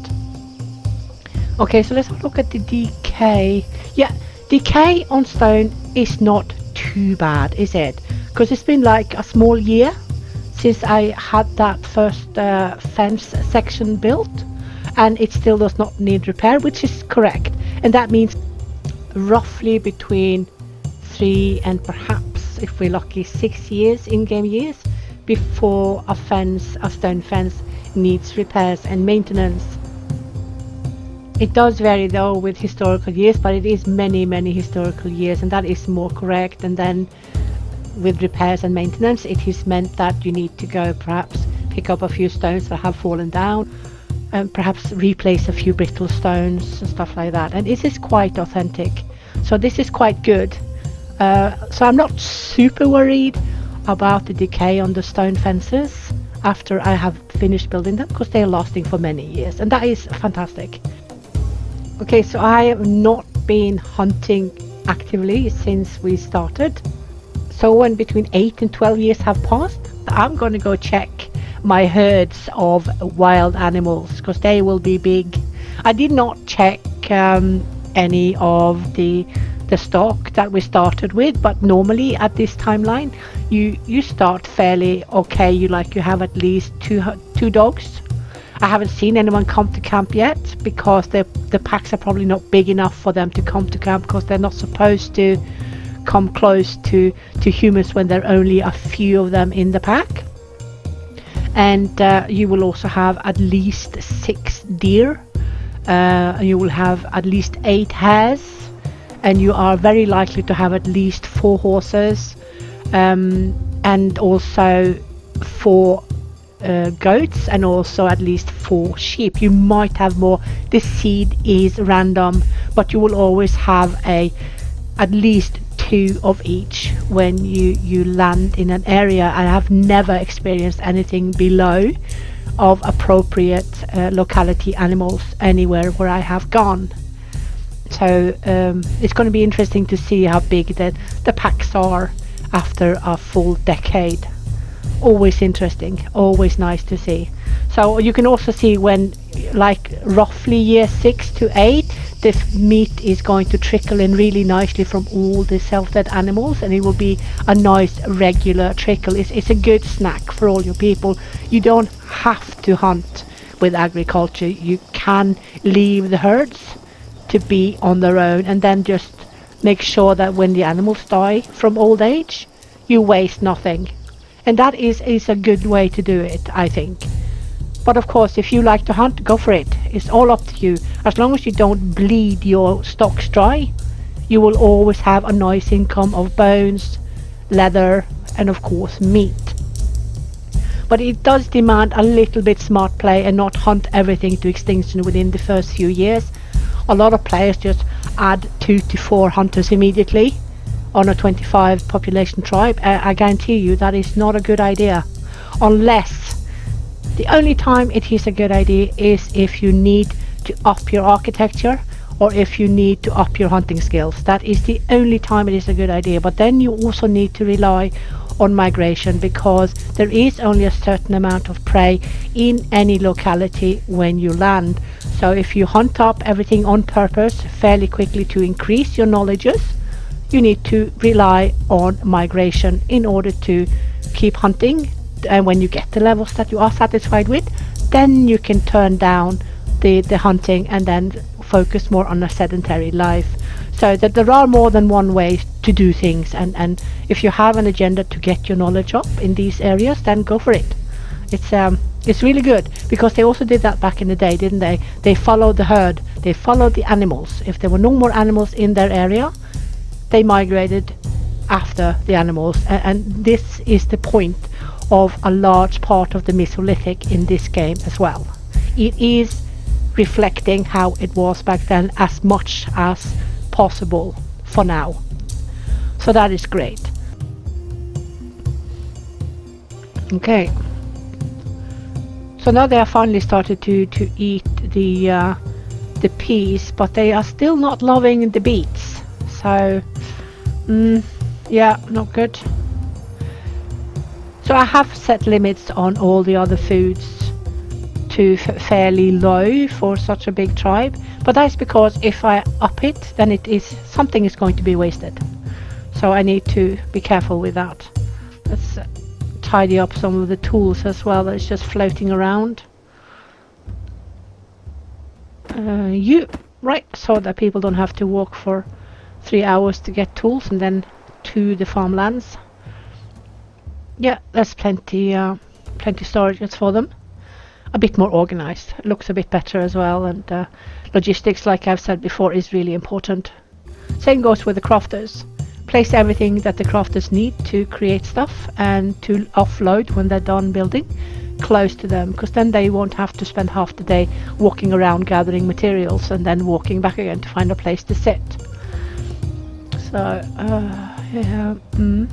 yeah, so 2 whiners, 2 with bad reductions in will, is refusing to work the normal work hours. That's fine, that's expected. I don't expect them to be happy with it, because they rarely are. But if their will is low anyway, then they won't leave. So they can complain all they like. I will make no changes to the work hours, except if I need to get harvest in quickly. Then I will up the work hours, but only for a very short time, because people's health will suffer if they have a lot less time to recuperate after a hard day's work.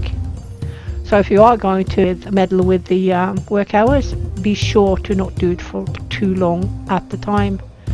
It is mostly the kids who are struggling, because the kids are still growing. So if they have to work longer hours, they have less time to recuperate, and they seem to be suffering a lot more than the adults. So keep that in mind if you are keeping prolonged work hours over the default, which is 12 hours. So we can see still that the beets and the peas are coming in really large amounts. And the wheat is coming in good amounts as well, but at least the wheat is being processed further to make bread, which people really love. So I do not worry about any waste on the wheat crop. I do worry that there's too much waste on both the peas and also the beets.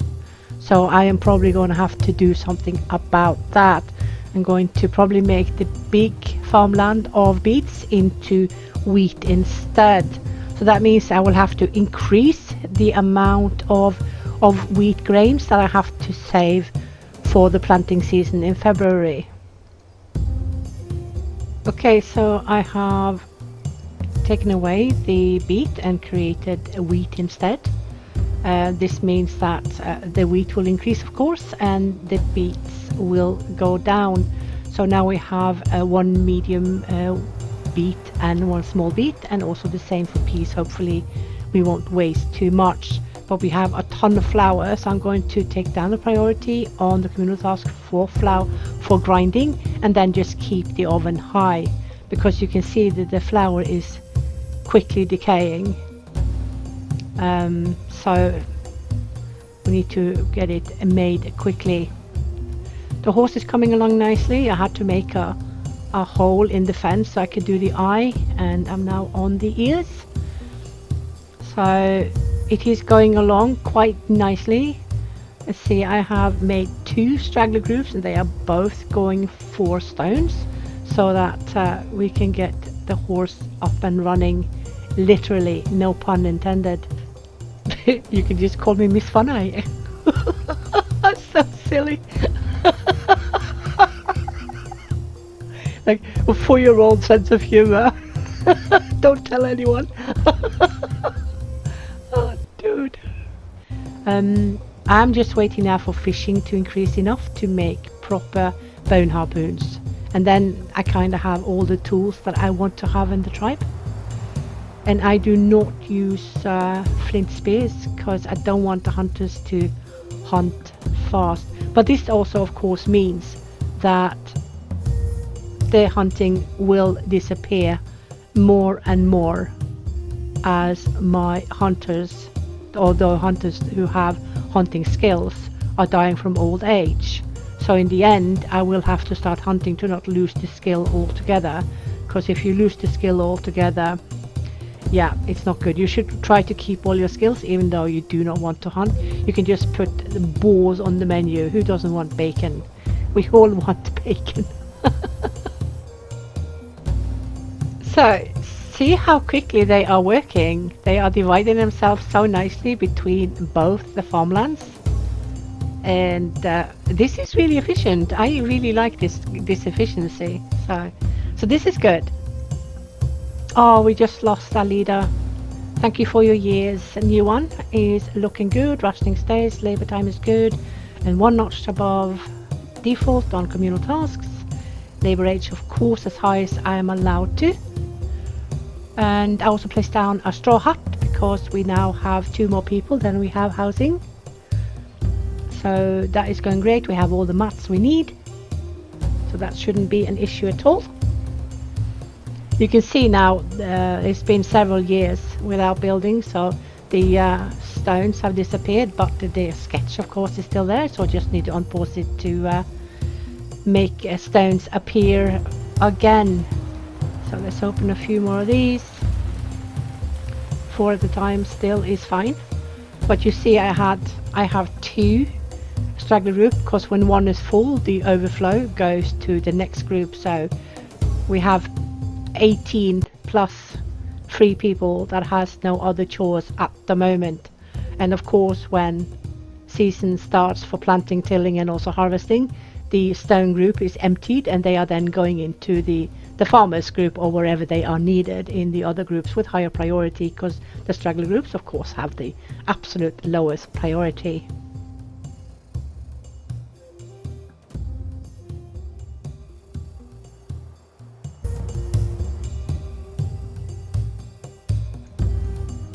So the first 3 to 5 years is kind of the time you spend where you plan your tribe, your city, basically how you want it. You get everything up and running with regards to groups and everything else, and then all the adjustments start, and of course all the trials and errors and relearning and redoing.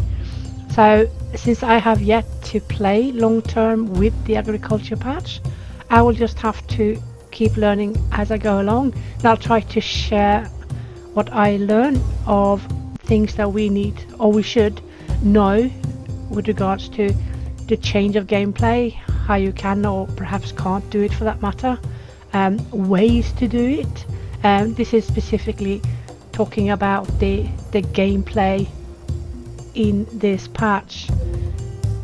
I think we already established if you overdo things, then you're kind of doing it wrong. You can of course save yourself by retracing your steps and taking away stuff and, you know, dismantling stuff that has been too much. But this is a good way to learn, isn't it? Make mistakes and then you learn from it. I might have chewed over a little bit much with this horse, but I think I know how I'm going to make it, because I can't make menhirs, so it won't take decades upon decades to build. But I could do something else. I'll show you when it comes to that. So for now, the Uffington horse is kind of on the back burner. I need to get the balance going after year 5 as well. I need to do it year 6, 7, 8, 9, 10, 11, 12, 13, etc, etc. You can't just keep the same balance constantly. You need to adjust in order to get a good balance for every year, for every population, for every season, etc, etc. You know the drill. Everyone who's been playing this game for a while, they know that you can't just make all the groups and then just leave the game to play itself after year 5, especially not in this patch, and especially not on full speed. Yeah, maybe you can go make some tea while it's on slow speed, but that's basically it after year 5 if you ask me. If for now, I think that the agriculture patch has a little bit too much micromanagement for everyone's taste. Not everyone is super happy about having to be so immersed into the game, perhaps not all the time at least. So I can understand that point of view. I personally do like to be this immersive. I do like to interact so much with my tribe and via my tribe. But I think most players prefer to have it a little bit more autonomous and not necessarily too much intervention from them, because we after all are doing everything from the start with regards to making groups, creating the balance, building stuff, creating farmlands, etc, etc. So it's kind of like sometimes we just want to lean back and enjoy the fruit of the work we've done. But with the agriculture patch, at least with this iteration, we are still lacking a better way to make sure that we do have, for instance, seed for every planting, and to make sure that we still have that seed when the planting season comes and it's lasted over winter. So there are a few tweaks I'm 100% sure will come. One of them should be that you have a little bit more room to make mistakes with regard to seeds, because if you are unlucky with something, if you forget something, you are basically screwed for the next planting season if you do not have any seeds, because there will be 0 seeds available when you need to plant them, because they will not be in season in the wild either. So no matter how you look at it, you have to save them over the winter. So I think there's going to be quite a few, not huge tweak, but very important tweaks with regards to the saving of seeds to make it much more automatic, so that their player's responsibility is to initially harvest it from the wild, and then we should have a system that will ensure that we never run out with regards to storage facilities that can keep so and so many seeds always, that you will of course renew every time you have done your harvesting. And this should, once set by you, be automatic. Something to that effect I think is something that most players would really appreciate. I know I would appreciate it.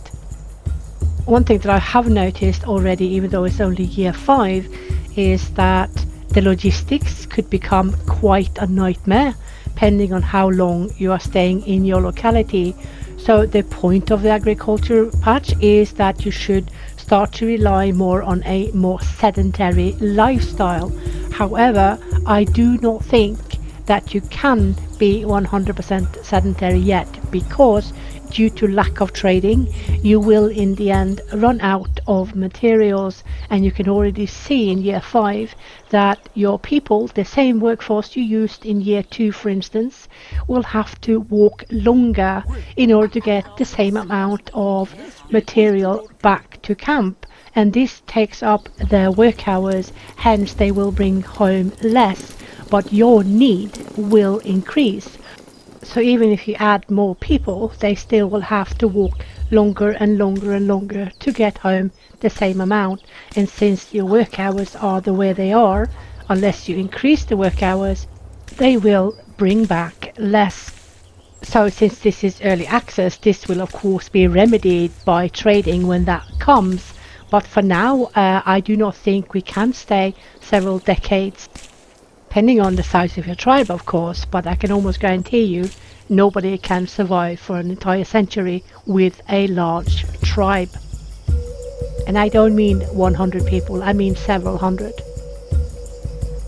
So I'm pretty sure that straw will be increased in the tall grass, because already now at only 4 big straw huts, my gatherers have to come home with 250 constantly in order to keep up with the repairs.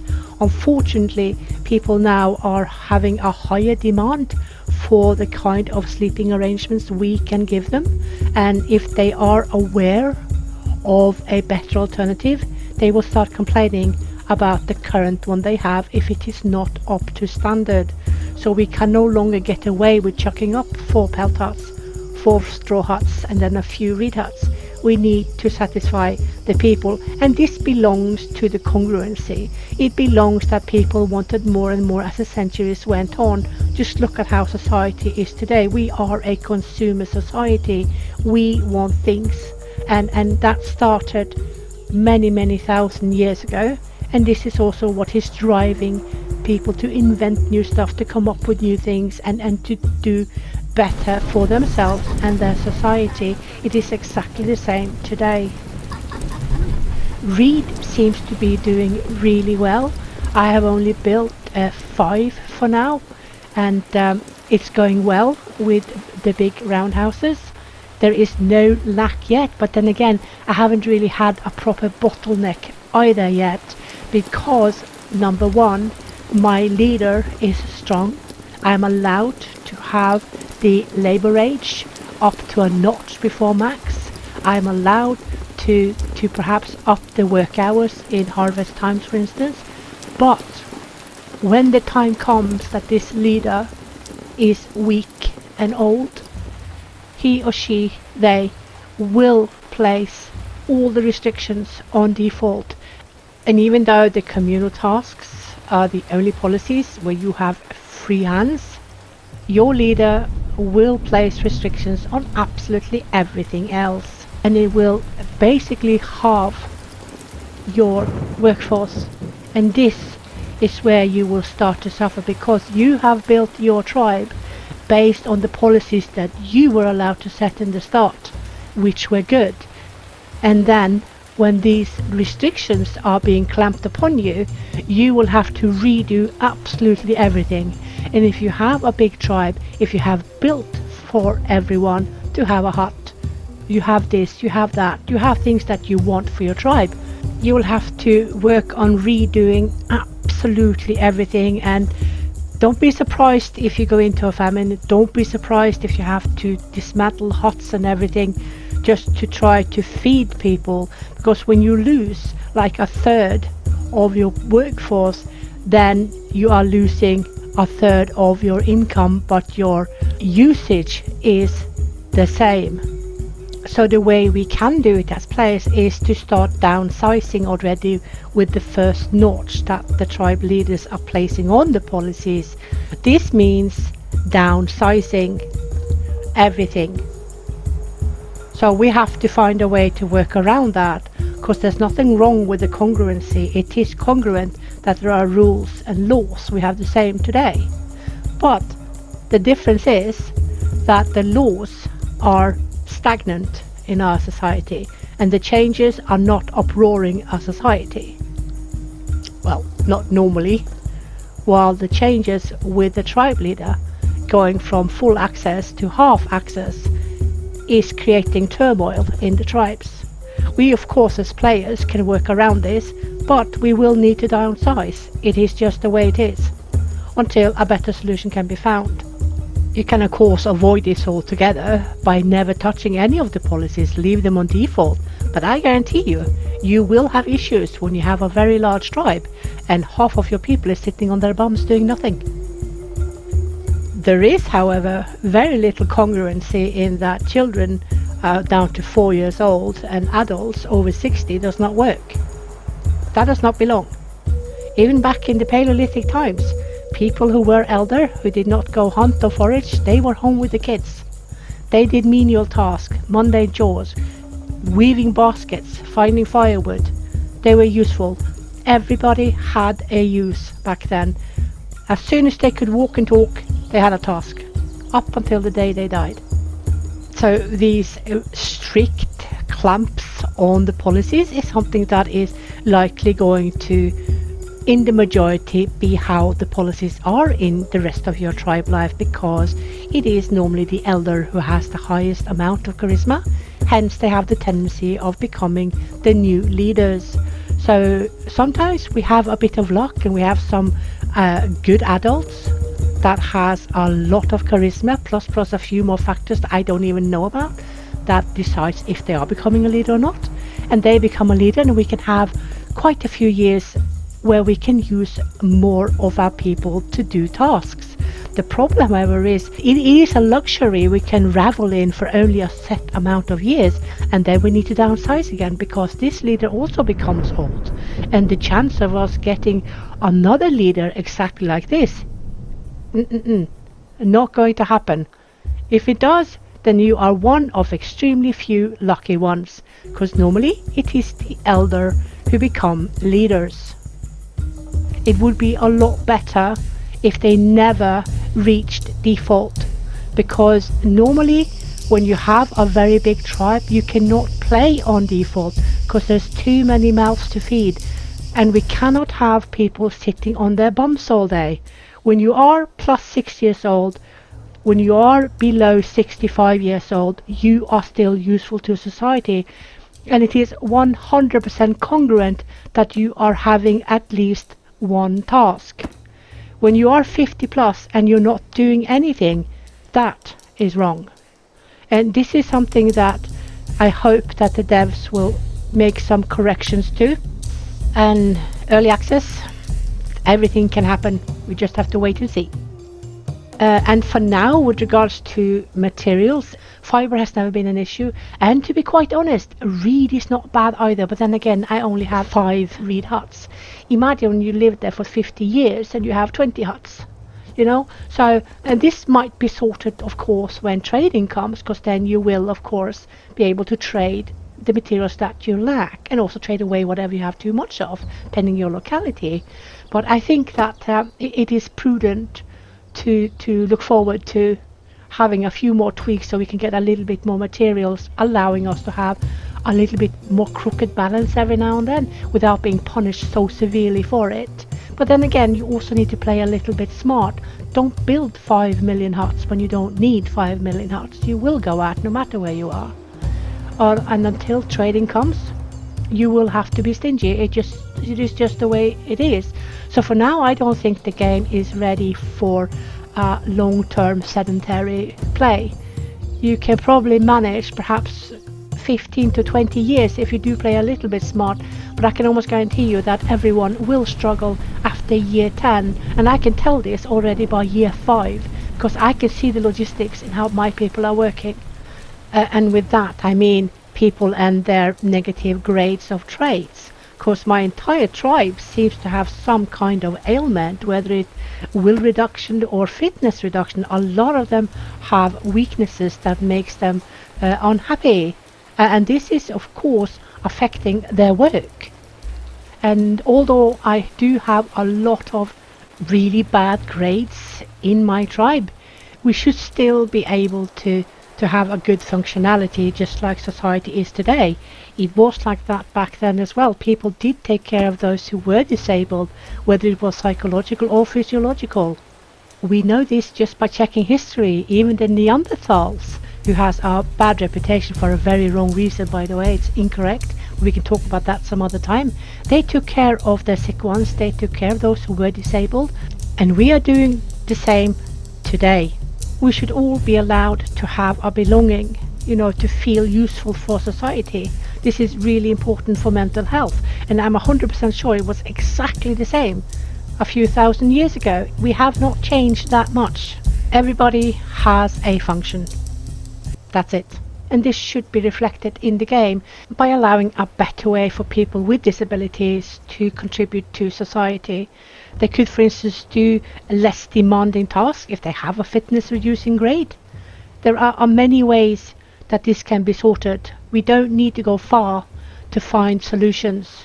If they did it 6,000 years ago, we are certainly doing it today as well. It should be reflected somehow, because we are a little bit hampered by that. People are complaining, but nobody is taking care of that they actually can't work. People who have a fitness reducing grade, they are per definition, according to what is normal, disabled. And this should be reflected. They should be granted to find their niche of what they thrive with. Where can they contribute, and let them then thrive in the area where they actually can contribute, instead of forcing them to do everything that exhausts them. So this is just one of the things that I would love to see having a little bit better solution to, because we do not want people to be unhappy. We want people to be happy in our community, don't we? I mean, I certainly don't want unhappy people around me. I would do everything to make them happy. Wouldn't you? So the first 5 years, sure, no problem, everybody's happy, there's food, there's this, there's that, you can do whatever you like. But I think as time goes by, it's going to be more and more difficult. So I'm just going to keep playing. I'm going to see how far I can get. I might give up on my Uffington horse, because the decay is quite a bit higher than I hoped that it will be. So we'll see how that goes. I can't free up too many people, because like I said, the balance can be very precarious. And I haven't planted that many farms either. We do have the people for it. We can do it. Let's just see how it goes. If it becomes too much, we can remove it. It's no big deal.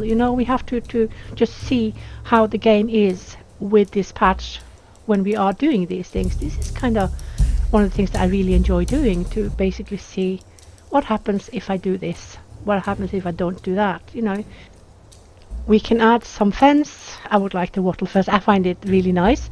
And I have wattle fence on all the other roundhouses as well. So it's nice and uniformed. Not everyone likes uniform. They like to spruce it up with different types. But that's fine. We're all different. Everything is acceptable. I'm going to make a small farm. Tiny, tiny one.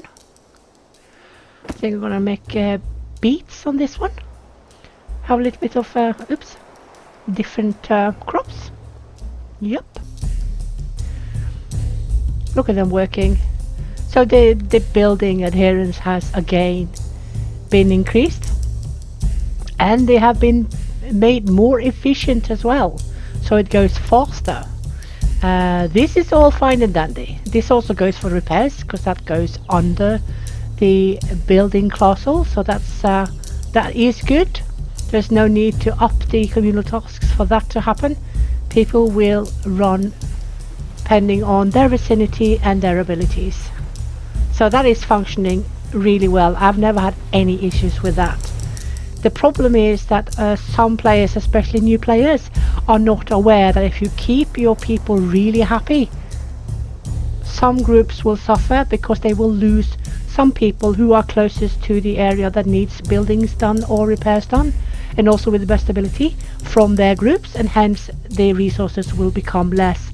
So when you are placing down projects, you need to make sure you don't put down 5 million, because then you will have basically nobody doing anything. Oh, I love thunder and rain. No one will do anything but your command, which is building and repairing. So just always keep that in mind. Do not overdo the things. Oh gosh, look at that. That is so pretty. I love that. I find it therapeutic. I can't help it. Absolutely love it. What I don't love though are the flies. You can hear the flies. You are ruining my moment. Go away. It's kind of a dead giveaway that food is rotting, and that is my responsibility. I have no excuse. It is what it is. Moving on. Oh, and also the gatherers who are out gathering materials, if the material they are gathering is currently needed for any repairs, they will not just pick one item of the material and then go back home to repair. They will instead make sure that their allotment is filled out before they go back home. So this is a great change because that will really increase their efficiency. I also haven't had any migrants for a very long time, and when we talk about migrants, there have also been some changes to the group settings. So before this patch, there sometimes were very young children alone in the migrant group, which is of course not the way it should be. So you will no longer find lone children. So that is just the way it should be. Okay, so I'm doing a little bit on the horse. I can still do a few. I mean, it is only 3 people mostly who are gathering the stones and stuff. And if I only do a few sections at a time, we shouldn't really suffer. I mean, it's not the first project I have built, although it is the first project I am building with the agriculture patch. So we just need to see. Look at the people. They always have something to complain about. There are so many people complaining. Aye. See, so... Oh, and now we're out of stones. Yeah. Yep, because whatever I built a few years ago is now in need of repairs of the stone fences. So, poof, all the stones are gone. I have 32 idle people. So, I just had a few elder die, and I'm expecting more to die soon, because between year 4 and 5 you will have the initial adults, or the older parts of the adults. When you start, they will die from old age, and you see that my leader is now on her last leg, and I'm not looking forward to the next leader, because if it's not a good one, I'm gonna have to do some serious restructuring, because she has already placed max limitations on everything I do. So I have a third of my workforce not working, and all the children are roaming around. Well, those below 8, that is.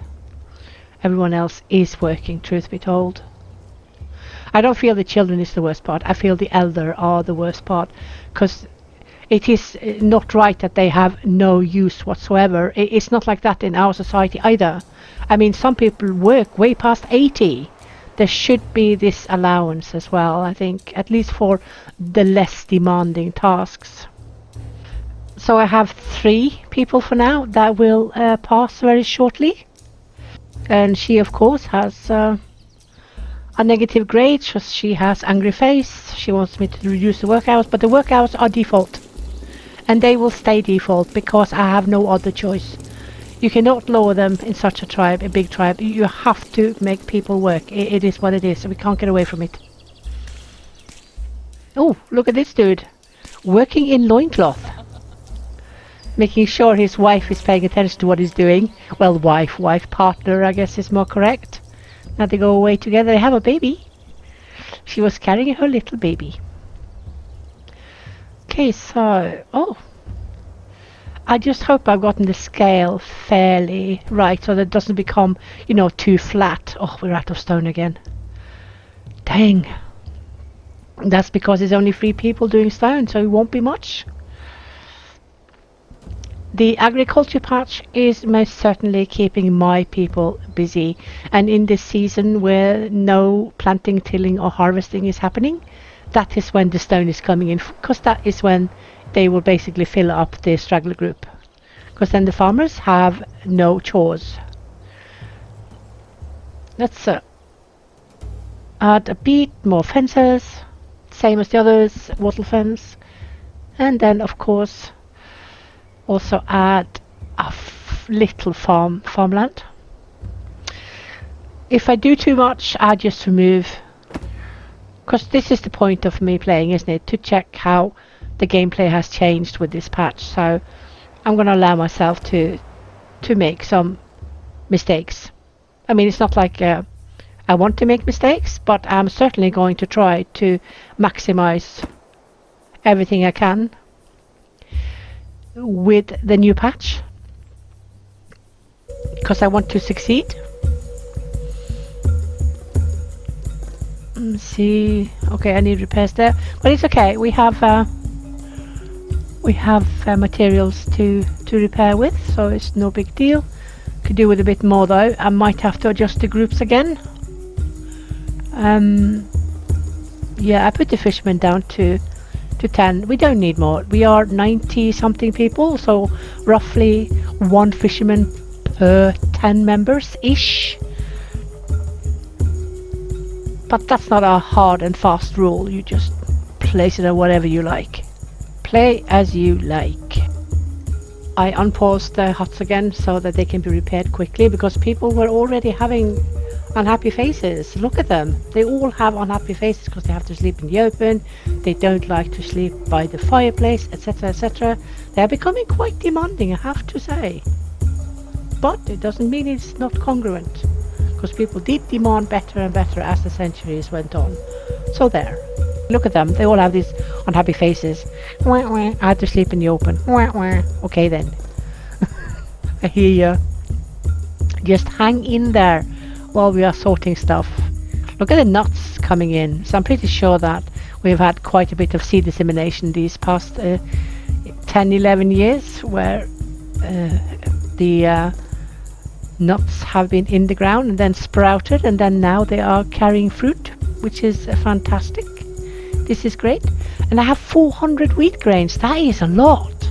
But that could be because I have a lot of wheat farms in comparison to all the others. You see the numbers, quite different. The balance is okay at the moment, but I do believe that it is precarious. The balance is precarious in this patch. If you cock up too much, you will have to wait an entire year before you can repair whatever cock up you did. It's a bit harsh, but it is actually congruent whether we like it or not.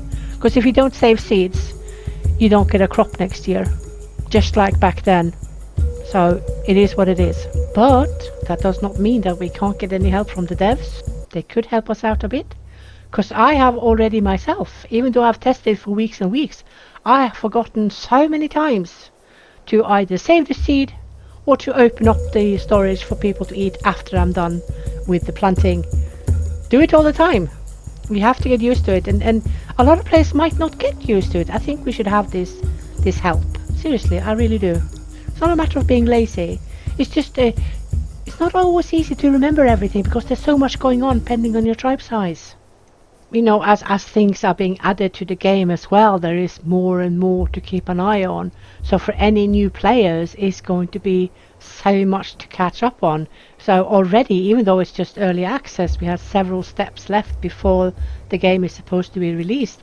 There is so much finicky details and so much calculations and things that you as a player need to do right. Even though there are more than one way to play it, you still have to do the base things right: food, protection, housing, etc., etc. And there will be more, but there are a few other things that I need to remember to say. For instance, when you have a farmland, if you do not have any tools to do either the planting or the tilling, things will take longer time. And if you don't have the tools to help with the planting, you will waste seed, because people are then using our basket when they just grab a bunch of seeds and just throw it on the ground, and that is going to be a huge waste. It is a huge waste. So start building the wooden spears as quickly as you can, because they will be needed. I have also arranged my farmers differently and added more farm groups and divided the farmlands on them.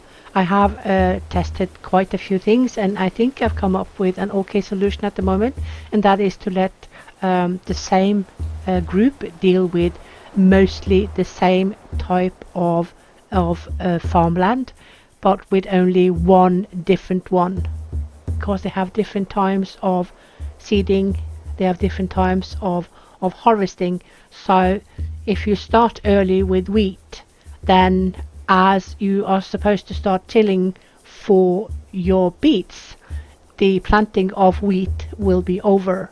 You will be more or less done. So then that means that those farmers can go into the next group and do with the beets. But it is a very, very finicky balancing act.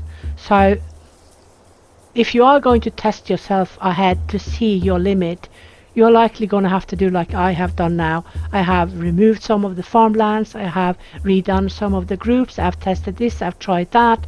The point is, don't overdo anything, because that means you'll just have to delete stuff. I had to delete stuff. I overdid things. It's no point. People cannot cover it. And especially if you have leaders that are old and half your workforce is sitting on their bums.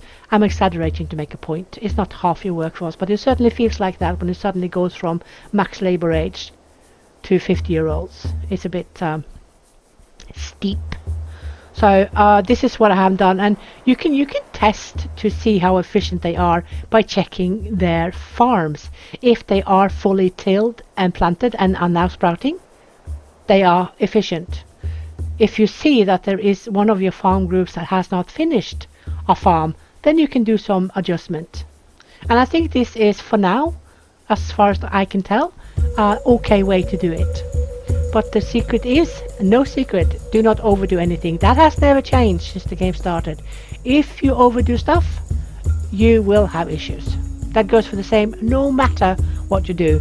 Having a farm is no different, bit by bit. The good thing is that you can reduce your fishermen. You can reduce the amount of people you need to go get other types of food, depending on how much yield your crop is giving. So I can say without a doubt that although wheat is fairly rich in income, it also takes a lot more workforce to process to the product that we actually want, which is bread. Because first you have to harvest it, of course. That goes for all the crop you have. But then you have to thresh it, and then you have to grind it, and then you have to bake it. So all this is demanding workforce. So with regards to economy and efficient workforce, wheat is uneconomic. But we want it. We want bread. Today also we want bread. We all want bread. They did have sand in theirs, I'm sure. We do not. Well, not that much. Anyway, so you also will very quickly remember the planting time for everything. It starts with tilling in January already of the wheat areas, and then they will start planting immediately in February. And of course then during summer it will be ready for harvest. And as the wheat is going over to planting season, then the beet would like to be tilled, and then it would like to be planted, and then we have perhaps a few sleeps break before the peas would like to be tilled and planted as well. So make sure that you, when you are testing yourself ahead, start small. Don't add a million things at once, because you will fail 100%. Just build incrementally as your tribe grows, and don't be afraid to fail. Just keep failing till you find whatever works best for you. I do that all the time. So there's that. But this is actually a fun patch. I do so enjoy the possibility of staying for a century or so, you know. At least until trading comes, we can't really rely on always staying in the same place. That is a little bit unrealistic, because all materials are diminishing out in the wild. So we will run out of grass, we will run out of reed, we will run out of fiber, and also of course critical materials such as flint stones and fine raw stones. But when trading comes, I think this can be possible. I also haven't noticed any issues with optimization, because I have had 180 people but I had no issues with lag, which is quite amazing. I do have an okay computer though. I have upgraded my computer, so that could help a bit as well. But of course, Neolithic, you should be able to play with several hundred people, because it was in the Neolithic where that was becoming the norm, wasn't it? People were increased in population in every city and all the places, because they could just farm whatever their demand was. They didn't have to follow animals, you know. So yeah, okay, so these have, okay, that one is fine. And then they have all the beets. Yeah, that's good. You can see the tilling also takes some time if the group is small, but that is okay. Just check and see how efficient they are when the planting season is over. Then you can see which ones of my group had too much work, and then you just swap around the farm fields to whoever group had free time when they were done with their chores. And this is just something you can constantly adjust. For every season you can adjust it. You can adjust it at planting season, at harvest, and at tilling. You have the opportunity to make 8 farms. If you want to make 8 farm groups, I mean, if you want to make 8 farm groups, go for it. You don't have to have 14 in all groups. Everything is possible. You can play around and find whatever suits you and your needs. I am really happy that there is so much reed, because I have, how many do I have? I have 7 or 8 roundhouses. So that is definitely good, indubitably. Right, so all my roundhouses have 2 small farmlands, and I find that very, very adorable. So what happened here is something we can all learn from. My storehouse needed repairs, and when it needed repairs, my people took out all my stored seed from the locked storehouse, and when they placed it down on the ground, people of course ate it. So this is not a fault of the game, this is a fault of me, because I forgot to create an overflow pit. If I had created an overflow pit, they would have carried it to the pit, which of course would have been locked as well. So, lesson learned. Always remember to place overflow pits for when your storehouses that are locked need repairs. Remember, remember, remember. So, next year I will not have a full yield from my farms because I ran out of seed. Yep. Gosh, look, another leader who has placed absolute max restrictions on everything. Oh, flipsy daisy. So many people not working. It's coming along okay though. There are a few hiccups, and I find myself needing to adjust a little bit here and adjust a little bit there, but nothing that deters me from continuing or takes away any of my enjoyment, because I do see progression. Because there are ways you can really... Could she be any worse? She has the worst grade of that. Mine is... Seriously? And the worst grade of that, and she's unfriendly. Oh, come on, that is just really bad luck. How does he... Are you serious? Look at him. He rocks. Oh my god, look at his skills. Look at his skills. He has charismatic, and of course he's skillful. And look, he has almost maxed out 4 skills in his life. Yep. So, crossing fingers that when this leader dies, we get someone that will allow us to have a little bit more people working. I wonder if this horse is too flat.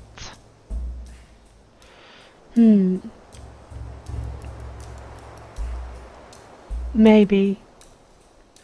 Oh yeah, I also made a different system for the wild produce, because I can't have 5 million pits to cover for 100 people wanting to go for one pit. It's not going to work. So like when the last 20 food is in a pit, the entire tribe will stand in a line if that's the only food that is left. So I divided it on several storage areas, so they can go and help themselves as they see fit without having to stand in such a line. Because depending on how many cells you have in your storage area, you have more people having access to the particular storage area. It's a lot more efficient, and you save so much time than adding 4 million pits. I'm just not going to do it. I need my workforce elsewhere. And also, while I remember it, the devs have given us another little help, because we normally have that people were walking all over our fields and killing our crops. So they have now coded the tribe to receive a penalty in speed if they try to walk over the farmland, which makes them avoid the farmland. So this is fantastic. This is great. So we no longer have to put fences around, but if you want to protect it against boars or wild dogs for that matter, we really should continue to put fences, but it will no longer be to control where our tribe is going or not, as the goal actually was. Oh, look at them. As soon as I start to expand on my horse to build more sections or continue on more sections, the first ones I started with needs repairs. Yeah, so the devs have already said that they are going to reduce it a little bit if need be. So it's important that you guys who are playing the game, who have an opinion and feedback, to just deliver it to the devs. And I see many of you are doing it as well. It's fantastic because they welcome any feedback to improve the game so that we have more enjoyment. Let me see. Okay, so they are starting now to get more stones in. Okay, so we are almost in year 14. Let's just see how long we can keep this going. The Uffington horse is not a priority because getting a good grasp of long-term playing with agriculture has kind of made me realize that there's a lot more precarious balancing acts that I need to do on a very regular basis, rather than just create the groups and happily sit back and watch, because it's so different. And also remember that pending temperature, you might actually have a very cold growth period, meaning that you will have a stunted yield. So yeah, keep that in mind as well. So if you have a lot more one year or a lot less a year, there is a reason behind it, and that reason is temperature. So there. Look at her.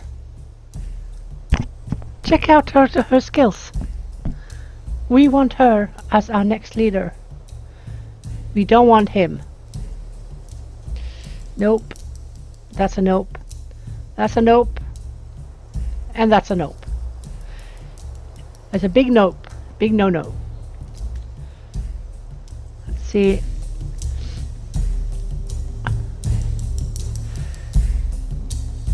Yeah. I think I just have to give up on the horse, because I can't get very far before the first section I started needs repairs, and then I do a few more new ones, and then the next section I built need repairs. So there's just, I can't get enough stone in, but I can't afford either to use more people, because as you can see, this is a very tight schedule. Everyone is spoken for, so there is no free people. I've changed a little bit as well in the groups. So you can see a few of them have only a few farms, and they are small, while others have more. And of course I also reduced the fishermen, because there was quite a bit of fish in the baskets that needs to be eaten up. You see they've started tilling already. It's January, so it's tilling time for the wheat. And this time I remembered to lock down my beets and also to create an overflow that is also locked down. Yeah, these guys only have beet farms, so they are not going to start yet. That is why their group are having 0 people in it. Let's see, I kind of like watching them work.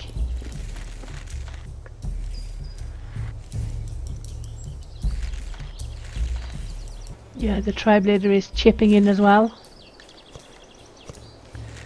which is as it should be. Everybody needs to chime in.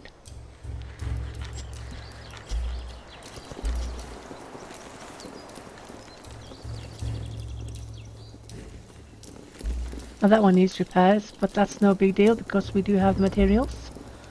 So I overdo the straw a little bit to make sure that I never run out, because I now have 6 straw huts and I have set the limit on 400 with max amount people in that group. So this is why I say that straw is a little bit too little. So that is likely going to receive a little tweak to help us out, at least until trading comes. I do not know how they are going to help us out, but I'm pretty sure they won't leave us with no way of getting enough straw for our huts. So if we are going to do sedentary life, we are going to need more materials. That is just what it is. At least until trading comes, which is not far off at all, is it? So now when belief iteration is implemented, then we have only 2 left before the game is supposed to be released. And when it is released, then the devs will start working on the first DLC, which I think is Ice Age, and then they will also at the same time work on adding more iterations to the steps that we already have in the base game. I look forward to each and every patch, I cannot lie. I'm like a kid in a candy store, can't wait to get my hands on the next patch every time. So agriculture, although it is challenging, if you can manage to try your way out and find a balance that works for you, then you are good. You still have to keep adjusting though. It is not a matter of you can only lean back, you know, after work is done and then watch them progress. You have to adjust. It is also a little bit unforgiving if you forget your seeds. If you forget to either save it or open up the closed storage area after you are done with the planting, then you lose the remaining crop, or you lose the next year's crop. Either one. So a system that would help us out here would be extremely appreciated. So that is something I hope will come. For now, I do not see anything, you know, screaming at us with regards to errors or bugs as such. There are a few things that could do with tweaking. For instance, tall grass should have either more yield or higher regrowth rate, because I only have 6 big straw huts, but I need to have my people over gathering in order to stay on top. And especially if you have farmlands, if you are playing the agriculture patch, you need to have extra resources at the ready for tilling, planting and harvest season, because if you have a few farms, sure, you can get away with stealing quite a bit of workforce. When you have as many as we do here, almost your entire workforce will be gone. At least the other groups will have reduced amounts of people in them, meaning that the other resources will come home in much smaller amounts, if at all. So it's always a good idea, I have found out, to have extra resources in the camp. So that means that the repairs that you will have to do, it does not empty out your entire stock. So that is good. So when the harvest or when the tilling and planting is over, then your people will go back to their groups, of course, and then the stocks will be increased again. So, and then your status quo in the resources you need to have at the ready in the camp. So if we take the standpoint that agriculture is deterioration, that is going to make you able to become sedentary, I think it needs to be said that it is not perma sedentary, because since we still have diminishing of resources in the game, we will, no matter, run out sooner or later, at least with some of the critical materials. So we cannot rely on no migration anymore. We need to rely on migration until trading comes, which of course will solve the issue of lack of materials. I am, however, curious as to how long can we, like, on average, stay in the same place though, because it's not like food is going to be an issue. If you play it right, you will always have food. And since there is no malnutrition in the game, just under nourishment, we can feed them whatever we want as long as their bellies are full. They will not suffer from having B vitamin lack, for instance. There would be no C vitamin issues, no scurvy. So we need to just basically keep going and see how far we can get. See how it goes with a large tribe. So having these many people for more than 15 years is normally a challenge in itself, but the challenge is severely negated by the fact that we have agriculture. So we could, in theory, stay for decades. What we are going to lack though are resources for huts and also for tools. So until trading comes, I don't think it's going to be possible to be sedentary. It just does not compute. We need more. So for now, seed in your locality still is the alpha and the omega in the game, of course, which will be changed when trading comes, because you can trade what you have too much of and then buy what you have too little of. I am pretty sure that trading will be quite randomized. It's not like you will always and forever have traders coming in with options of absolutely everything that we have in the game. I think there will be a few of the resources that are available, and they will also only buy a few of the resources that you have. So I think that is more correct and also definitely more congruent, but we will see what the devs are coming up with. So I'm really eager for that as well, because that is going to take away that the seed will decide how successful you are. So now it's actually going to be trading that decides how successful or not you are. So yeah, but it's congruent, isn't it? We can't argue with it at all.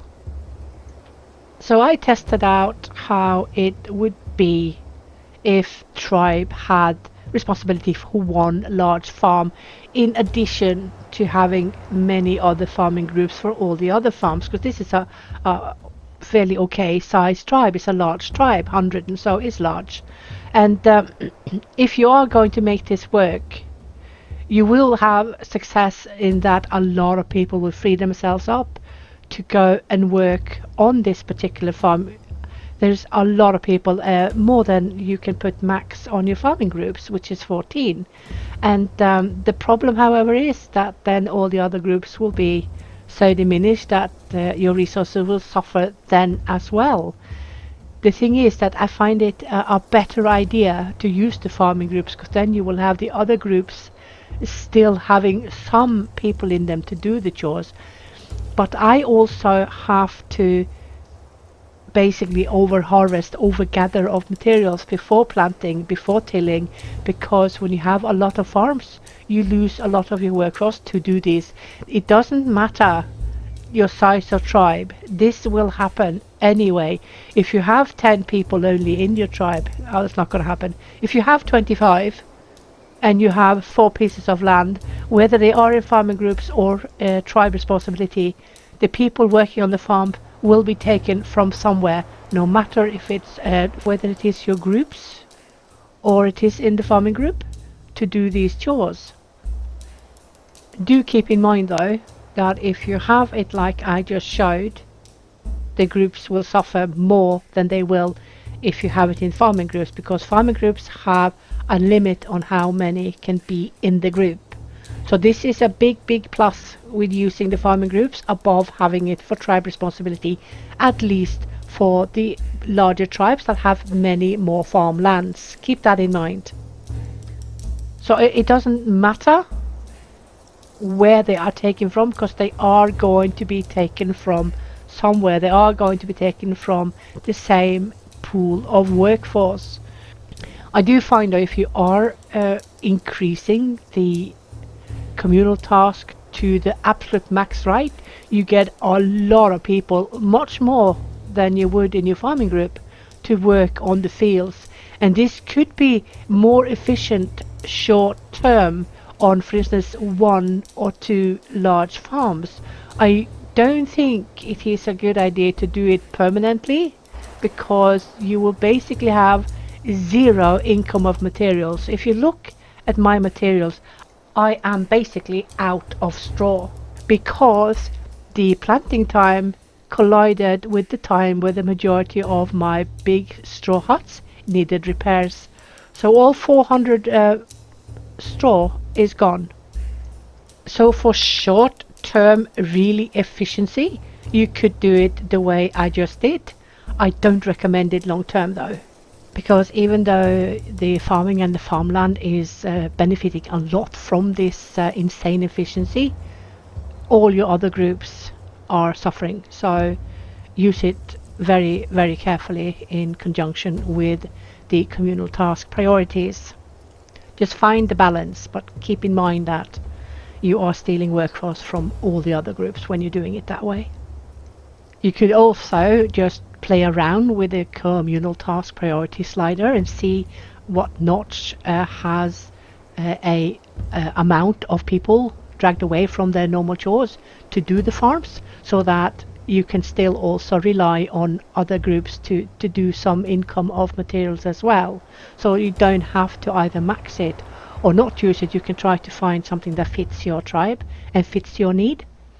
Keep trying and do not give up. As I have just shown you, there are more than one way to play this patch. You're not locked into any particular path. Just make sure you cover the basics. So considering that this is a work in progress, this is still needing to be tweaked a little bit here and a little bit there. This is nothing that the devs didn't know. They know it. They just want feedback from us about exactly where do they need to do a few adjustments, how much should they do, and you know, they wanted the overall playability from us. And one of the things that is lacking at the moment is that some of the texts that should be, for instance, on some of the descriptions on the actions people are doing, for instance this milling here does not have a description at all. That's lacking. So it should be saying working on a mill, or working with a mill, or grinding flour, or whatever they have decided to put on it. And that will of course come, because there will be a few tweaks and coming with a few hot fixes. So that's planned. It's not like it's going to stay like this. And if you want to give feedback, just remember, if you want things to be changed, to vocalize why you want them to be changed. What is your experience with the game? Where do you feel it would do better, without asking them to add the moon, because it is early access. There is a timeline for when they need to get things done. They do have a roadmap they have to follow, and whatever we suggest that they cannot put in the game per today are likely going to be considered after the base game and then added in any iteration. So keep coming with your suggestions, and many of you guys are, and I find it fantastic to see all your suggestions, and many of them are really good. So we will see how it develops. So I've been testing around again with the farmlands and the farm groups, and I have managed to make it so that there are only 2 active groups at any one time of all 4 farming groups. This means that it is the same amount of people that are cycling between the groups, depending on what needs to be done on what farm. So we know that the first to be tilled and planted is wheat, followed, actually overlapped a little bit by Beets, but that is also depending on how efficient your farmers are, because you can get away with only doing one type of farm crop for every time and then have a few days off before you need to start the next. But they are basically very close to each other, so wheat is ending when beets are starting. So if your farmers are a tad slow, they could be overlapping. And then you have a few sleeps off, and then it is the peas. So when one group has finished, say they had 4 medium wheat farms, then they will go directly to help out in the beet plant farm group. And when all those are done, they have a few days off to recuperate and also to join other groups to do other chores like getting materials home. And then they will join the groups that are dealing with all the peas planting and tilling. So I think this also can work. So there is a lot more than just one way to do it. And I do not have any of my farms under tribe responsibility. I prefer not to, because I do like to have a higher level of control over who is doing what without losing everything in all my groups. Due to that, I want all to do farming, so then I juggled around with the groups to have it the way I have it now. You can see that there's only 2 max active at any same time. Oh, my poor Uffington horse. I barely get to build a few sections before a previous built section needs repairs. Oh, look at her! This is my next leader. I have decided that this is going to be my next leader. She has positives in all the grades. We have 5 traits, and she has a positive in each and every one of them. Her daughter is quite good as well. Yep, look at her charisma, 154. Crossing fingers that she will soon take over leadership so we can have a little bit more people working. I have so many that does not work. It's too many. I'm going to call her boss lady.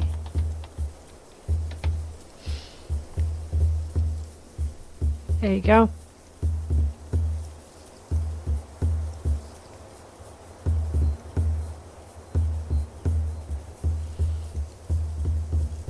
And he's a bit indecisive, but that's fine. She has all the will anyway. And unhandy. Sure. Your wife is skillful. It's all good. You don't have to rock at absolutely everything. It's all good and dandy. But you seem to be a good farmer. So you go, girl. So, some of the things that I take back with me from doing this playthrough is that it is a little bit backwards with, for instance, the seed and the saving of the seeds. I think that is going to be sorted. I mean, if we are many enough that are unhappy about it, of course they will sort it. I mean, it goes without saying. I do not know how they will sort it though, but I think that a sort of a new storage facility where the player can set a limit to how much seed should be saved for planting could do the trick. Something similar could actually go well, but we shall see. One thing for sure is that it is not possible yet to live a completely sedentary life. We have to wait for trading, and until trading comes, we are likely going to get a little bit of help from the devs with increased reed, increased straw, and also any other critical material that we seem to be lacking in order to be able to play for several decades in the same area. But I don't think that the developers have meant that we should be able to be sedentary immediately.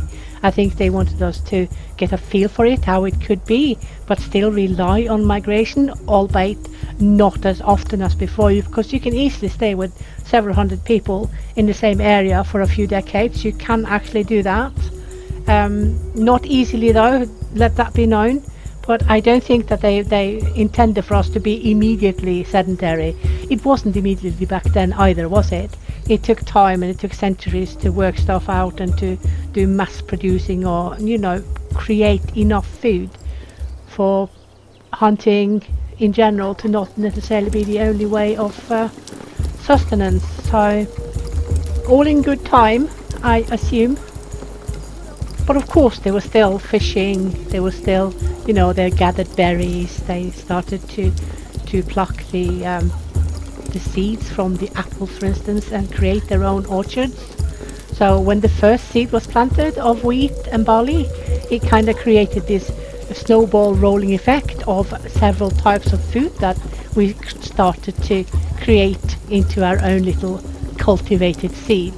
So the small beginnings of great things. So the cultivated crop also have the same spreading behavior as all the other plants out in the wild. So they will spread. So you can see already here, so this is the farmland. You can see it is spread out here, and there are of course others who have spread as well. For instance, this one here, you can see it's gone out a bit, and also over here you can see there are several beetroots over here. So this is quite cool that they spread like this. This of course means more, doesn't it? Here, look at that, good spread. One building. So yeah, and those will of course be picked up by the oh, that's one as well, look. Right outside the fence. They will be picked up by your gatherers and not necessarily your farmers, because the farmers is the cultivated crop only. So that is not a bad thing at all. Oh, look at my Uffington horse. Yeah, I need to wait till the decay on the stone has been reduced. Or I need to not set myself such unobtainable goals. But I'm really stubborn about this, so I think if there is a way, I will find it. Seriously. And I also think I need a better hill than this, because I think it's a tad too flat. So we'll just wait and see. So here we are, 20 years in, same tribe, same locality, and the arrival of agriculture has certainly alleviated our need to rely on getting a lot of food harvested from the wild, as we can get much more from our cultivated farms every year without any diminishing effect. Basically, we can cultivate food by demand and keep it up forever. However, this iteration of agriculture has not removed the fact that we still need to migrate. It is not easy to try to stay perma-sedentary when the incremental loss of all resources did not get the memo about a change in nomadic lifestyle to a more sedentary one, meaning we can only stay till those resources run out. Then we have to migrate no matter.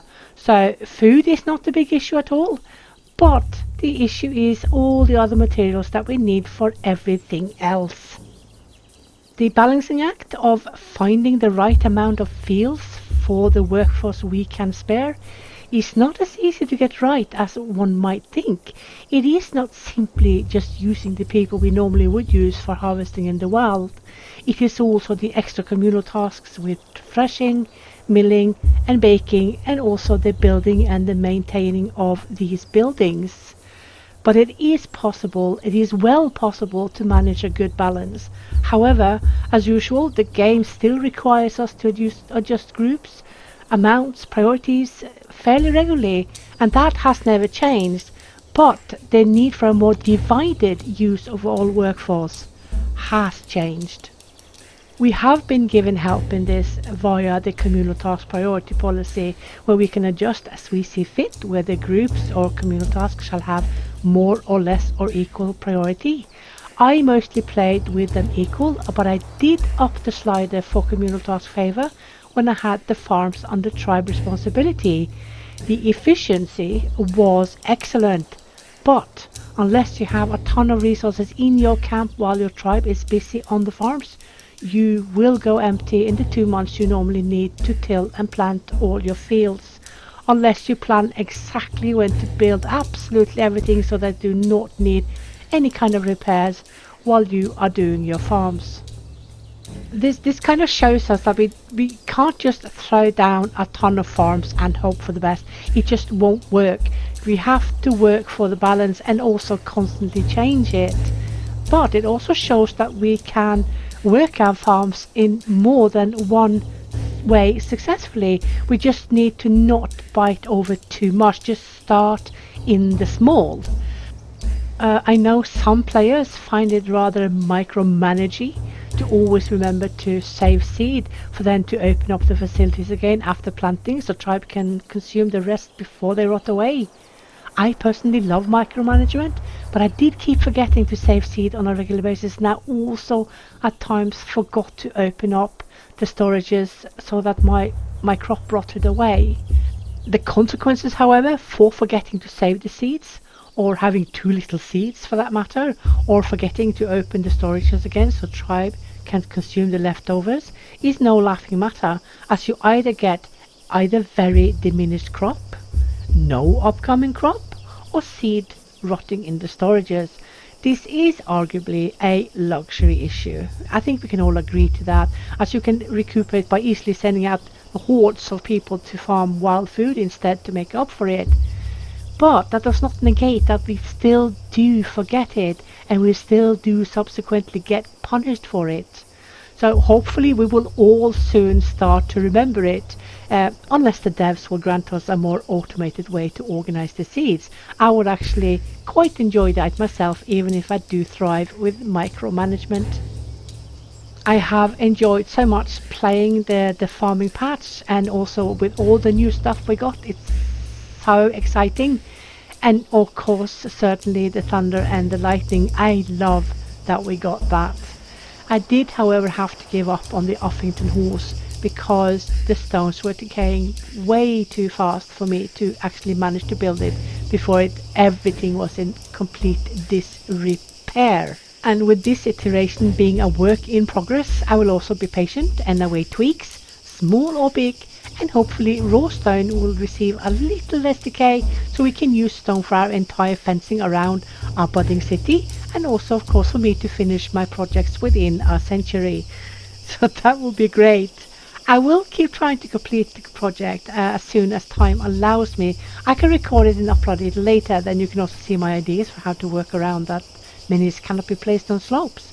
Where there is a will, there is a way. I will be doing the next upcoming video when the new patch comes out, which this time is Belief. It entails tombs and burials, among a few other things. And I will of course be making the patch notes explanation video, and also the playthrough. Thank you so much to everyone who has been following me on this extremely long journey. I have had a lot of fun, and I hope you guys enjoyed it too. And I look forward to seeing you all again. Until then, have fun and take care.